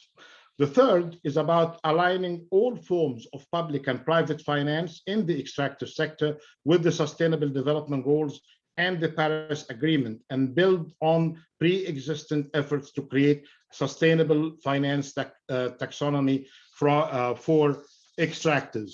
I'm not very much pleased on having a kind of separate tracks that do not communicate, do not coordinate between the SDG front and the climate front, especially when it comes to finance and investment. Having an integrated approach is very much needed. The fourth outcome of the discussion was basically about ending the local and global environmental damage caused by extractive industries, including by bolstering transparency and traceability and cleaning global value chains. Here, if transparency are required generally in all the economic activities, transparency in the particular sector, or I'd say sectors affected by the extractive industry are even more needed.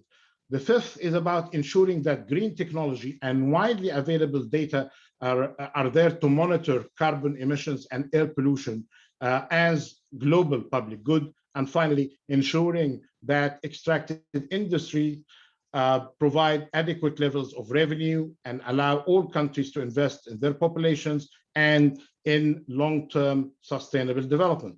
The Secretary General Policy Brief under the title of Transforming Extractive Industries for Sustainable Development included a call to capitalize on the opportunity provided by COVID-19 to build back better by identifying concrete recommendations for transforming the extractive sector into an engine for sustainable development. At the Global Roundtable, the UNECE Executive Secretary, Ms.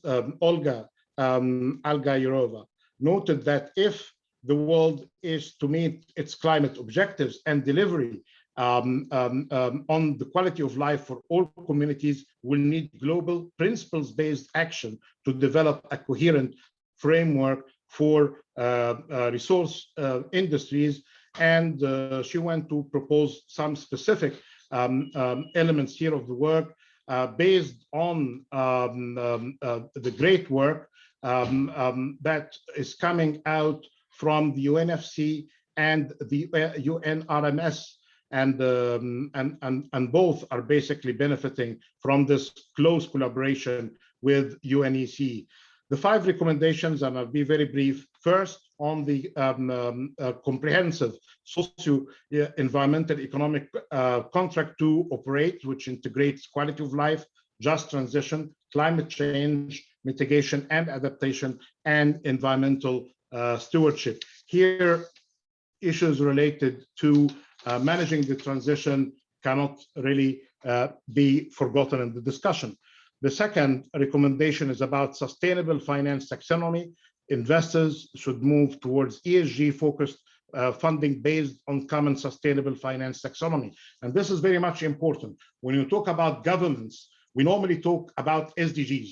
When you want to translate the Sustainable Development Goals to the business sector, the approach should be based on the ESG, or the environment, social and governance principles.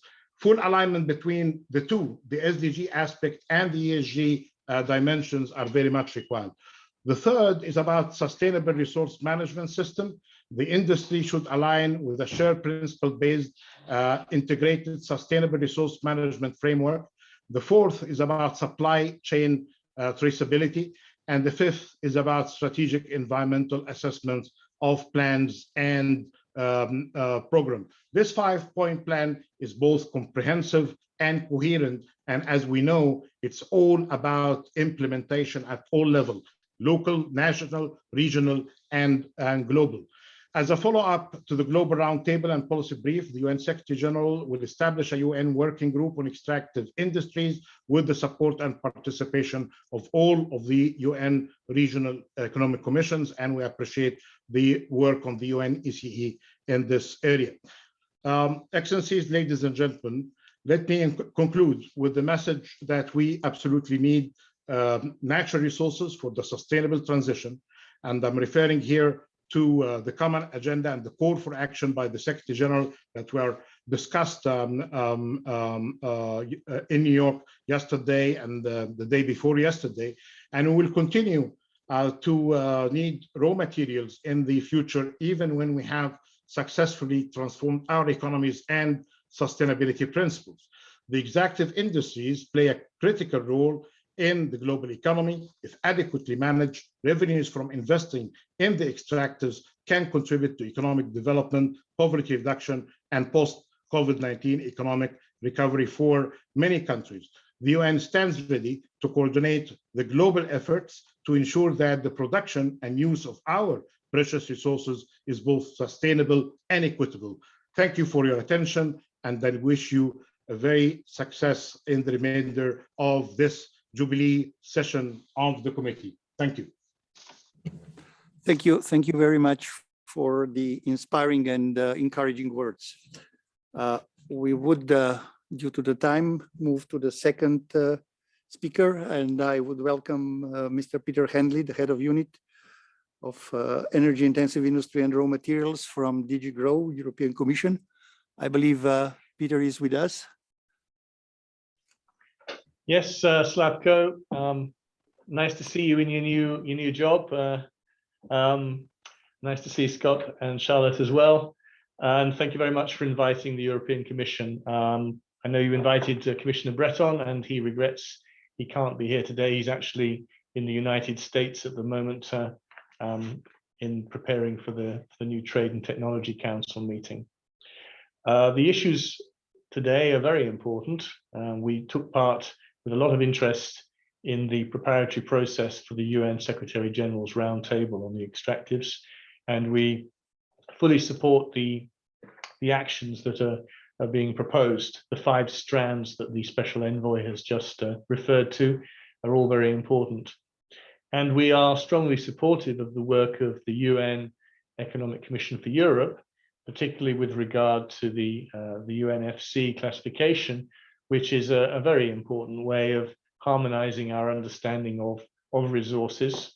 And in fact, we're making use of it in the European Commission in the analysis that we're doing on battery raw materials and rare earths. And we are encouraging member states and industry to make use of this, particularly with a view to identifying the investment needs for more better use of the domestic resources we have inside the European Union, both primary and secondary. We're also very strongly supportive of the work to develop the sustainable resource management, and any help we can give to you, the Secretariat, in this area, we're more than happy to do so.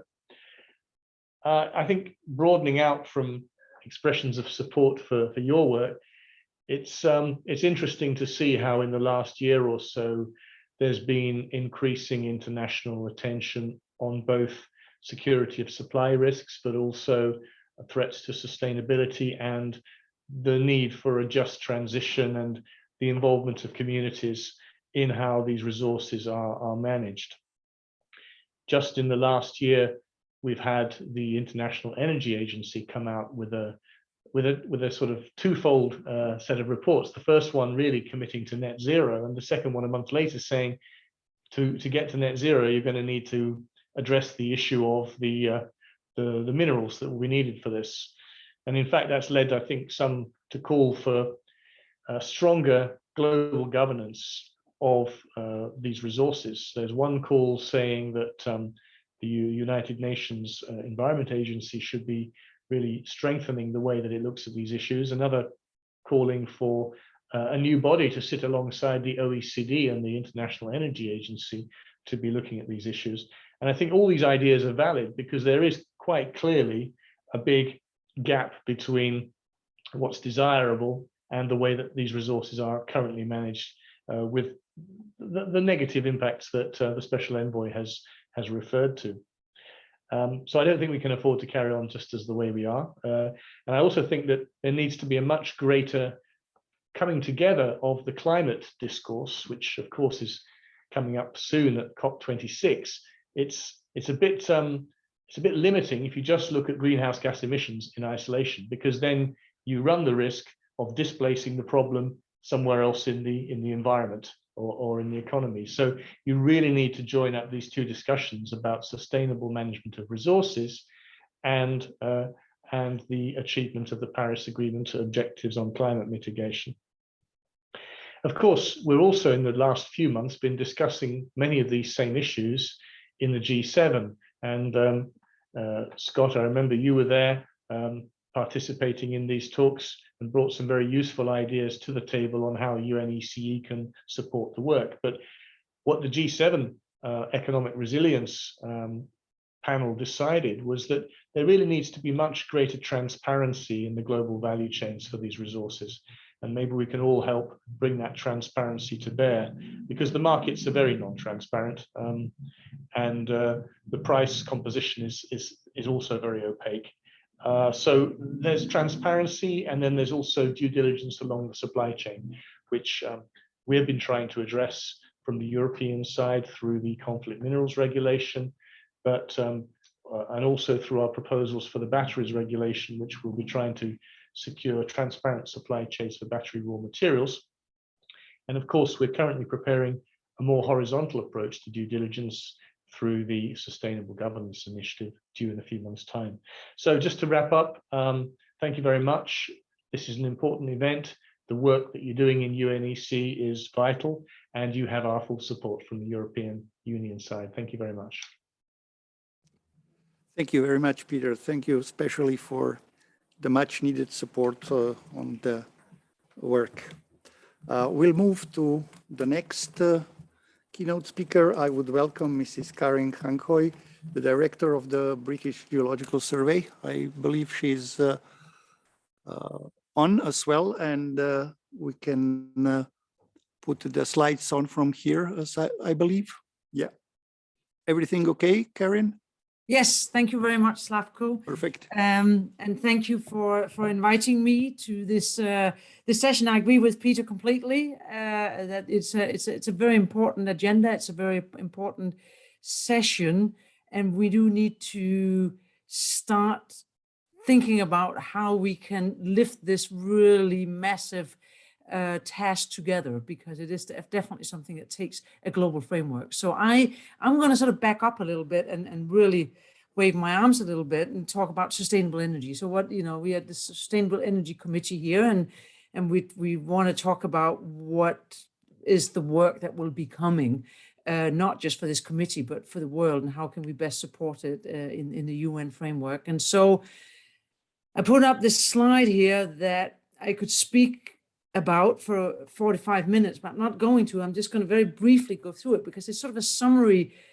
It's a nutshell slide of the energy transition, if you will, because the energy transition is something that starts with the subsurface, for one. It starts with knowing where and how we are going to do things, but it's also a transition that has many different aspects that will enter into the solution. There's sometimes a little bit of tendency that we're looking for like one silver bullet that will fix everything for us. But in reality, the energy transition is a number of different new sustainable energy technologies that need to play in concert. And they're illustrated on this figure here. And if we start at the right-hand side, for example, you have things like storage of hydrogen, compressed air, storage of CCS, all things that enter into the net zero agenda, into the decarbonization, into the energy transition. you have wind farms at sea, you have solar panels onshore, you have shallow and deep geothermal technologies in the onshore environment. Then you, of course, have the mining, and there has been already quite a few comments around that. And obviously, sustainable energy and renewable energy, unfortunately, doesn't mean energy that doesn't need resources. And that is a really, really important point that we need to deal with, and not pretend isn't the case. So it's a battery that we've put onto this figure here, but in reality, it's also could also have been neodymium for those nice wind turbines that are in the offshore environment. So all of these new energy technologies will demand some other resources in much, much greater demand than we have now. And the critical metals that have come up a couple of times are, of course, crucial to that. We have a thing that's called enhanced rock, which of course is also CCS, but CCS from the perspective of CO2 reacting with rocks in the subsurface. And finally, we also put nuclear power on here because it's also part of energy, the energy budget, and it is CO2 neutral, of course, but it still has an issue with respect to storage of the waste, and that is also something that we need to look at the deep subsurface for. So in a sense, we sometimes tend to focus, I tend to focus on the minerals myself. We tend to focus on one or two of these that are sort of our favorite technologies and promote them as the new green. But in reality, we probably have to look at all of these. And that is where I think the UNFC is an incredibly strong tool, developed originally, of course, to look at hydrocarbon resources. It can be tailored, I think, and support very much that it is tailored to look at a variety of these technologies to try to get a common language about how we talk about this. Because while we can all have national or regional strategies for how we are going to approach this, we are only going to be successful if we have a global framework for it. Next slide, please. So I wanted to just sort of bring the UK dimension into this, and like the EU, of course, and others that have spoken here, we very much also support the implementation of the UNFC, and very importantly, the resource management guidelines that can be developed sort of on the back of those. And I wanted to just summarize a little bit some thinking that we're doing, because there's been a commitment already from the UK, a voluntary commitment to UNECE to basically collaborate in promoting the sustainable management of critical raw materials. So now we're back to the metals here, most notably the technology critical metals and minerals. And basically the British government has provided some funding for us to do a feasibility study of what we can actually do here, how we can support the UN agenda on this. And so basically it's a feasibility study to look at a UK-based center of excellence, something that's been discussed several times today in other contexts, in sustainable resource management. And for this particular one, we're looking at focusing on critical minerals to support the global development and implementation of the UNFC and UNRMS guidelines and best practices. Also part of the study is to support global implementation of the UNFC and UNRMS guidelines and provide initial scoping for functions of such a center. You know, what could a center look like that could help promote these types of things? And the deliverables are really to contribute to internationally acceptable UN-backed guidelines for the recording of resources and the assessment, if you will, and the reporting on them, and to support sustainable production of technology critical minerals and metals, and also to support the dissemination and uptake of such UN guidelines. And again, this is sort of a pilot that's been funded in the first instance, but hopefully some good ideas can come out of it. And if I could have the next slide, please. Basically, what we will do in this little project that is then financed by the foreign ministry here is we will have a dialogue with UNECE and the UK government. We actually have a meeting scheduled, I think it's next week or the week after, where we'll discuss a little bit more how we can contribute to this agenda from the UK side. We will do literature reviews and look at how these things have been done in the past and how it can be fit into such a tailored UNFC guidelines. And we will do a gap analysis to see what might be missing, what might we not be thinking about, that we should be thinking about. We will try to come up with recommendations, again, for these internationally acceptable UN-backed guidelines to contribute to that agenda and that development work. And we will work also on trying to developing a continuing long-term engagement strategy on this, because again, the buy-in to having a global framework is depending on global buy-in. So we would also like to try to become champions of that and advocates of that. And so that was a sort of slightly different angle and a little bit more maybe practical in what's actually going on in the UK at the moment.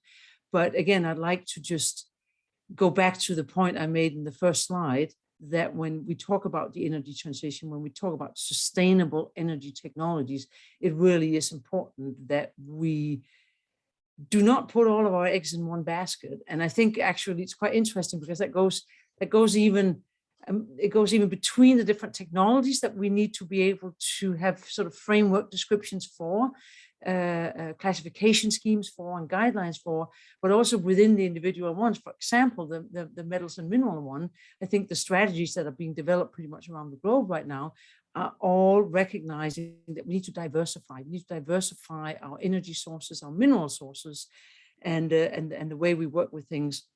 And again, the only way we can actually do that is to get an accepted, rolled out UN framework network for this and guidelines. So thank you. That was all I had to say for now. Thank you, Karen. Thank you very much. First, of course, for being a part of what you call the massive work or effort.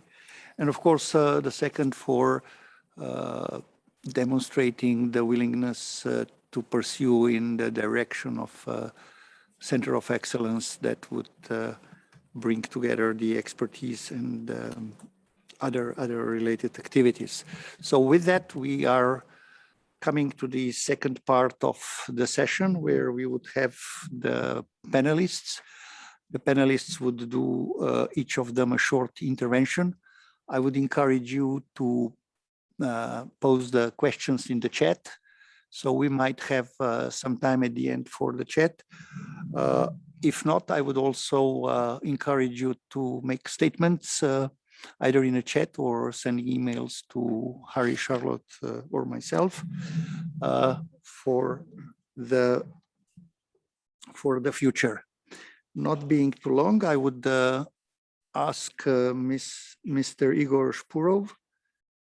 Is he online? Yes, he is with the State Committee on Mineral Resources and the International Center of Excellence on Sustainable Resource Management, Moscow, from Russian Federation. Mr. Shpurov, the word is yours. Спасибо большое. Hello, everybody. I will glad to see you again. But I'm sorry that online one time more, and I hope that the next time we shall meet offline. And I will speak in Russian. Yes, okay. Одна из главных задач международных центров компетенции заключается в разработке и реализации программ по достижению целей устойчивого развития, которые направлены на обеспечение населения недорогой чистой энергией, позволяющей поддерживать экологическое равновесие в районах добычи и потребления. Конечно, этого можно достичь не только за счет перехода на экологически чистые виды энергии, такие как солнечная, ветровая или другие виды альтернативной энергии, но и развивая зеленые технологии традиционной энергетики. Так, многие нефтегазодобывающие компании по всему миру активно внедряют зеленые технологии в геологоразведке и добыче и тем самым обеспечивают углеродную нейтральность тоже, или, по крайней мере, существенно снижают. Так мы знаем, что достижение цели углеродной нейтральности, например, зависит на 50% от операционных затрат, от снижения углеродного выброса в операционных затратах и лишь на 35% от закачки СО2 или захоронения СО2. Для того, чтобы, я бы хотел отметить, что для того, чтобы достичь баланса между различными видами энергии, необходимо объективное сравнение чистоты и эффективности различных видов энергии, которое возможно путем сравнения индекса чистой энергии, о которых мы говорили в предыдущих наших заседаниях, и это было наше предложение, с которым согласилась экспертная группа, но я еще раз скажу, что индекс чистой энергии – это стоимость единицы чистой энергии, проводимой различными ее источниками за весь цикл производства. Это необходимое деление с применением индекса чистой энергии, который должен учитывать весь цикл производства энергии от геологоразведки и добычи критических минералов до утилизации использованных объектов обустройства с обязательным учетом цикличности использования ресурсов повторно. Соответственно, индекс чистой энергии должен быть разработан экспертами и рабочими группами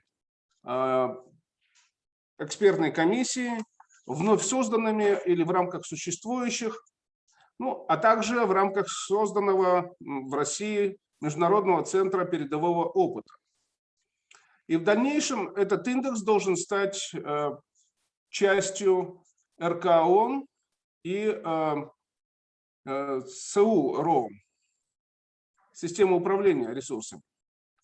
И, например, в России мы сейчас вкладываем углеродный след обязательной частью проектов разработки. И мне кажется, частью системы управления ресурсами тоже должен быть индекс чистой энергии. Это будет очень важный момент. Поэтому, нам кажется, необходимо создать группу по разработке документации, которая регулирует применение этого индекса в системе управления ресурсами.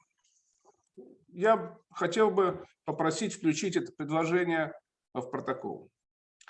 Важнейшая роль рамочной классификации системы управления ресурсами заключается в реализации седьмой цели устойчивых ресурсов об обеспечении населения доступной чистой энергией. Поэтому полагаю, что, конечно, рамочная классификация будет играть ключевую роль в формировании новых стандартов привлечения инвестиций во всю горнодобывающую отрасль, когда инвестиции предоставляются не только на основании данных о запасах и финансовой отчетности, но и учитывая реализацию концепцию ЕСЖ. Так, рамочная классификация ООН и система управления ресурсами – это, по сути, единственный инструмент, который позволяет сформировать, в мире единственный инструмент, таких больше нет, который позволяет сформировать, кроме финансовых требований, требования к социальной ответственности и экологической безопасности привлекаемых инвестиций. Инвестиции должны быть экологически чистыми и безопасными. Для этого тоже необходимо, мне кажется, создать специальную группу на основе, может быть, на основе Центра компетенции России как вариант. И заканчивая тем, что еще раз хочу произнести этот тезис, что привлекаемые инвестиции в геологоразведку, в освоение, всех ресурсов, в том числе и которые сегодня являются традиционными и которые будут использоваться для производства возобновляемых источников энергии, то есть это критически важные минералы, они должны быть все, и инвестиции, которые используются для разведки и добычи этих ресурсов, должны быть социально ориентированными и экологически чистыми. И мне кажется, что вот эта позиция даст возможность рамочной классификации системы управления ресурсами стать основной силой и основной системой классификации в мире. Потому что она будет отвечать не только вопросам финансовым, вопросам привлечения инвестиций, но и вопросам экологии и социально важным вопросам поддержки населения. Спасибо. Thank you very much, Mr. Spuro. I believe your point on clean energy index is very valid, because we need a tool to know how much green is really green. And I believe this would further develop in that direction. Thank you again. And I would invite the next speaker, Mr. Ulises Neri from National Autonomous University of Mexico. I believe he's with us. And Mr. Ulises, the word? Yes, it's here. You are here. The floor is yours. Thank you. Thank you very much for the opportunity to stay here. Thank you, Charlotte Harry, happy to share some comments this afternoon.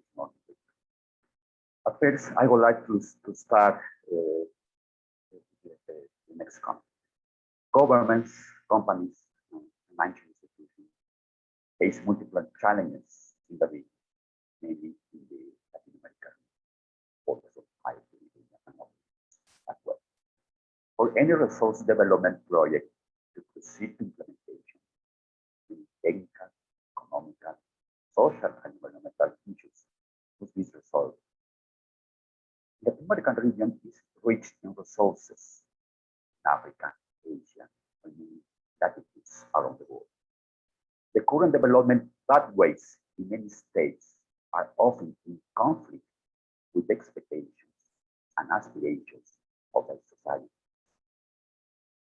The local communities feel that the benefits from natural resources production and utilization are not being distributed equitably. They have a perception that the land has a sentimental or cultural value from them. Excuse me.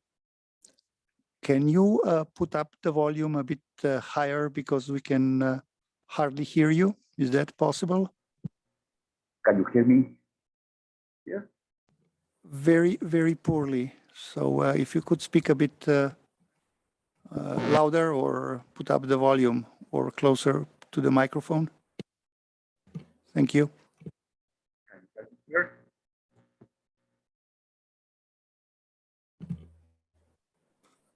Can you try again?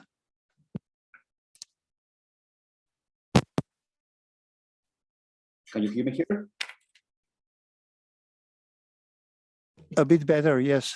Can you hear me?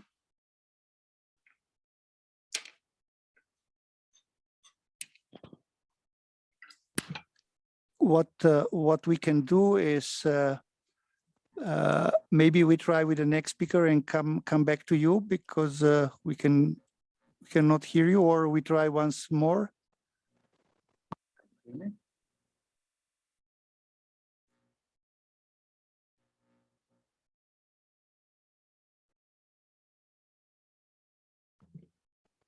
Hello, Mr. Neri.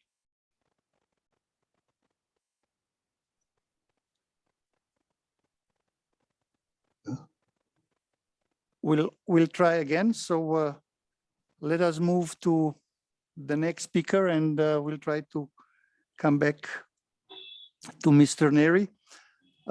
Our next panelist is Mr. Tunde Arisekola from the African Union Commission, African Minerals Development Center.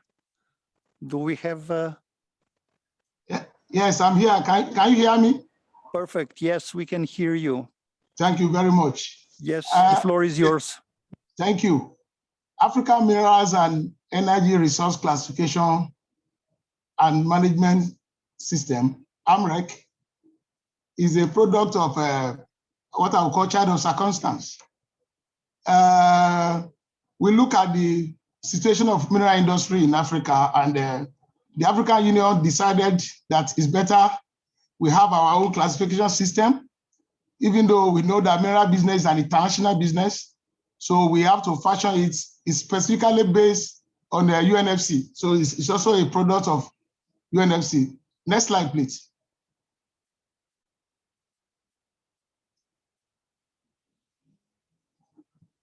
Now, can we make it complete? Just start clicking, it will show everything, please. Why do we need a new framework for resource management in Africa? It's a very simple question. Africa is the next frontier of exploration. The whole world knows that. 2/3 of African exports as of today is from its extractive industry. We have over 50% physical dependency on commodity-based revenue. We also know that approximately 50% of total export from oil and gas are coming from Africa. Now, we also know that the resources we have in Africa has not yielded more dividends, because we know that 4.5, we have the literacy, life expectancy in mineral-rich African countries are about 4.5 years shorter than normal. We also know that 3% literacy level in resource-rich country,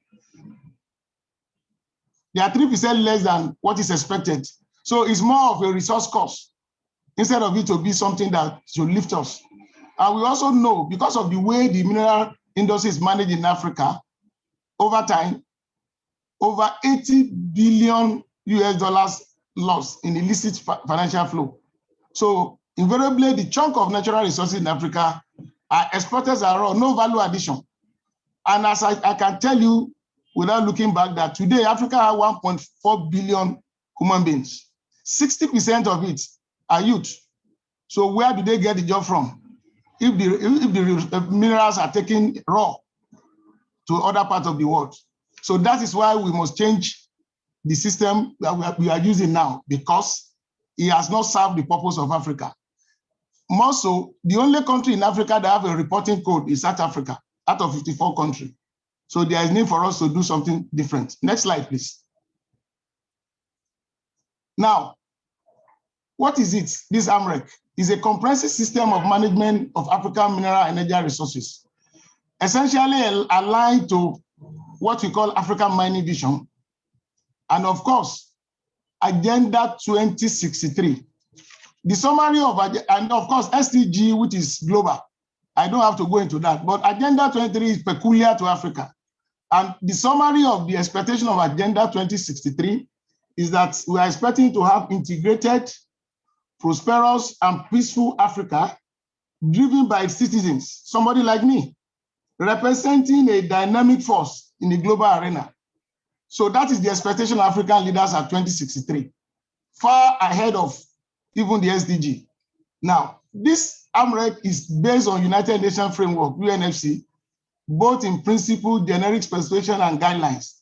But one thing is that we have taken the United Nations resource management. Africa actually is leading in this direction, because we have taken this thing beyond the expectation of UNFC. And we started this in 2016 by including what we call Pan-African Resource Reporting Code, which is game changer as far as Africa is concerned, because it's tailored within the African need. This is a single classification and management system for natural resources in Africa. And this system is going to be managed, is one of the work streams under African Mineral Development Center. Next slide, please. Now, why do Africa need this? Why don't we just join whatever existing system, it has not served our purpose. Most of the resources rich in parts of Africa are driven with wars, famine, and all sorts of misery. If our resources are better managed by us, it will give us a better chance of survival. So that is why we have we have made a Unified Continental Public Reporting Code, which is a PAC. Then we also know that African stock exchanges are unified under one single association, African Security and Exchange Commission. Then African competent person will ensure a better working condition for Africans. We have the resources. We don't have to use system from anywhere to manage it. Now, publicly available reports will be a good source of information that can be used to further the brownfield. So we expect that PAC will certainly be a game changer. Next slide, please.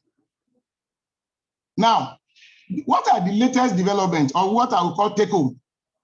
You know, the other time I said that we have taken UNFC to the next level because we have peculiarized the African needs, peculiar to us. That is why just a few weeks ago, precisely by 2nd of September, what we call Specialized Technical Committee, constituting 54 honorable ministers of trade, industries, and mining and minerals of African Union, adopted AMREC and PAC as a key instrument for implementation of African mining vision and its implementation structures. African Mineral Development Centers, center movement to Guinea-Conakry is on its way, irrespective of what is happening in Guinea today. It's a temporary thing. AMREC PAC is one of the 5 work streams under the AMDC. In conclusion, I would like to say that the paradox of wealth coexisting with poverty remain reality in Africa. Knowledge gap plays a great role in poor management of mineral wealth. AMREC and PAC is designed as a game changer. This is our submission for this August meeting. We also have reason to thank United Nations Commission for Europe because you learn out few experts who also assist us during the development of this system.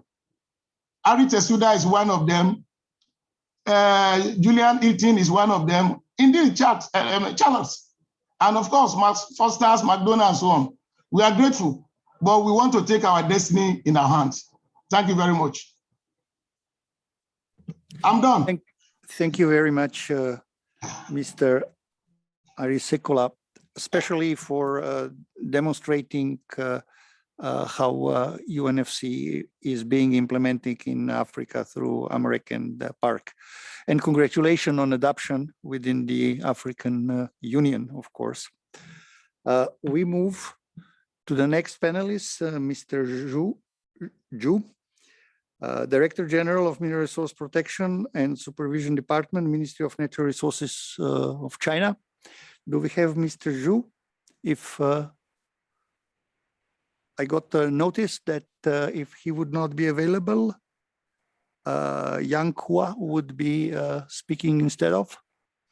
Do we have them online? Yes, I'm here. I want to share my screen. Just Perfect. one moment. Thank you Yes. very much. Thank you. The floor is yours. Does it work? Could you see the slides? No? No slides? So anyway, I can talk. Thank you. Now we see the picture. Can you show the slides again? Yep. Okay, let me try. Thank you very much.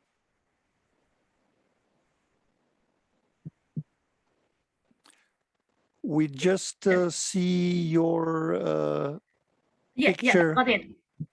not slides. Yes, yes, we have it. The floor is yours, please. Yes, thank you so much. So, on behalf of Mr. Ju Jianhua, the Director General of the Mineral Resources Protection and Supervision Department, of the MARR of China, I would like to talk a little about our consideration on the integrated and sustainable natural resources management. Of course, we totally agree and support the concept of the integrated and sustainable management on natural resources, because we do believe all natural resources are a community of life, and the humankind needs to live in harmony with nature to achieve sustainable development, no matter at national level, regional or global. So that's a target for us to do. So in China, the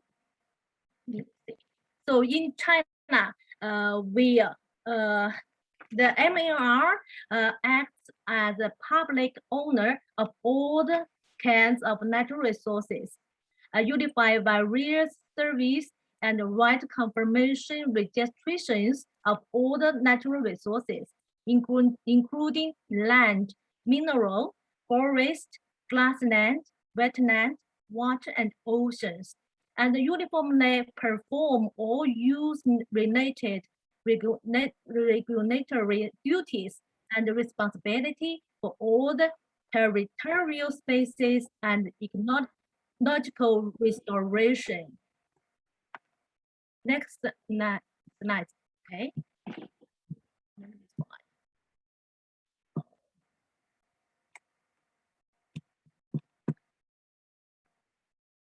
I put in.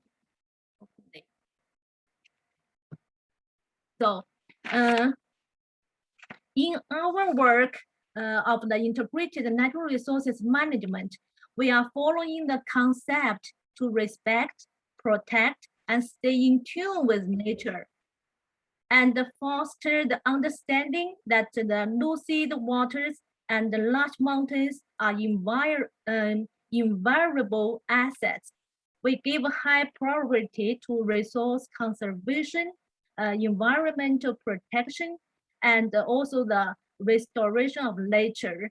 And from the review point of integrated of the ecosystem, we protect and restore mountains, waters, forests, farmland, lakes, meadows, and desert as a community of life. We accelerate the establishment of a system of the protected nature reserves with a national park as the main body. Also establish a spatial planning and use-related regional system on all territorial space, and stay up efforts to promote the formation of a new pattern of modernization in which the human can develop in harmony with nature. All this we are doing right now are in line with the concept of integrated and sustainable management on natural resources. Next step, we will continuously participate in the development and application of UNFC and UNECE to treat it as a very useful tool to support our sustainable management on natural resources, and actively deepen research on the integrated and sustainable natural resources. We have right now conducted many pilots on that at a different level. Of course, we also expect the planet global ICR, SR apps could serve as a bridge in the coming future to promote the best practice, advanced ideas and also technologies between China and the world, and support the stakeholders in the world to make efforts together and contribute our the global sustainable development. So that's our idea, that's our consideration. We're waiting the opportunity to contribute more. That's all. Thank you so much. Thank you. Thank you very much for the encouraging and supporting words. Thank you. And we are going to the next panelist. Do we have Mrs. Meta Dobnikar online? Yes, can you hear me? Yes, we can hear you quite well. So the floor is yours, please. Glauco, thank you very much, and thank you for inviting me to this panel.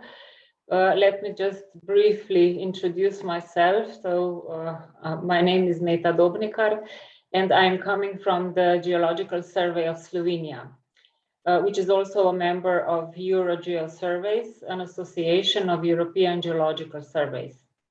Slovenian survey, together with geological organizations from other European countries, took the initiative for the development of an EU International Center of Excellence on Sustainable Resource Management, focused on promoting and building capacity on United Nations framework classification for resources, for primary and secondary mineral resources, and supporting the United Nations resource management system in line with the UN 2030 Agenda for Sustainable Development.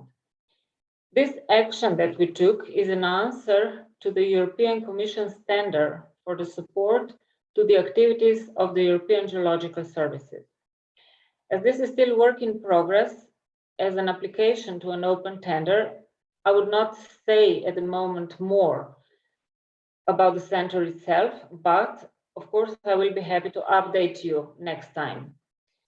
Establishing International Center of Excellence demonstrates how important is international collaboration in the sustainable management of natural resources.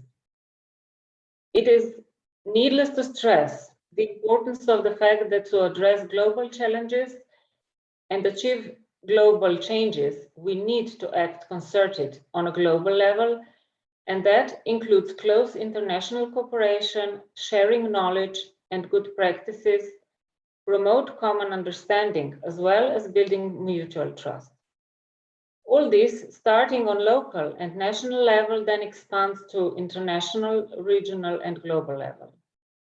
International centers of excellence on sustainable resource management should be promoters of collaboration, knowledge sharing, and capacity building, and also support to several different stakeholders at regional levels, but they should also present a global network that would be, with good cooperation, an example of globally concerted activities to answer global challenges effectively. So let me stop here and thank you very much for your attention. Thank you. Thank you very much, particularly on pointing out the importance of international collaboration that we are also aware, in spite of working on that for quite some time. I believe with this, we would close the session. And I would just make a final remark that, in my opinion, of course, we did hear a lot of support of work of the expert group on resource management, support on UNFC and UNRMS, and of course, the indications and the first steps in the global implementation, not only from the ECE countries, but elsewhere as well. I would thank the keynote speakers. I would thank the panelists, the translators, of course, you, the participants, and I would give back the word to the chairman. Chairman, please. Thank you. Yeah, thank you very much. Thank you all who have contributed to the sessions. So we are running a little bit out of time, so therefore it's not enough time now for the conclusions and recommendations. We will do this tomorrow after the first session. Hopefully, there will be enough time for this. We will continue tomorrow at 10 with the next session on carbon pricing and subsidies. So something which is closely related to the financing issue, which was quite often addressed in our meeting today. So have a good evening, and also once again from my side, Thanks to the Secretariat and especially to the interpreters.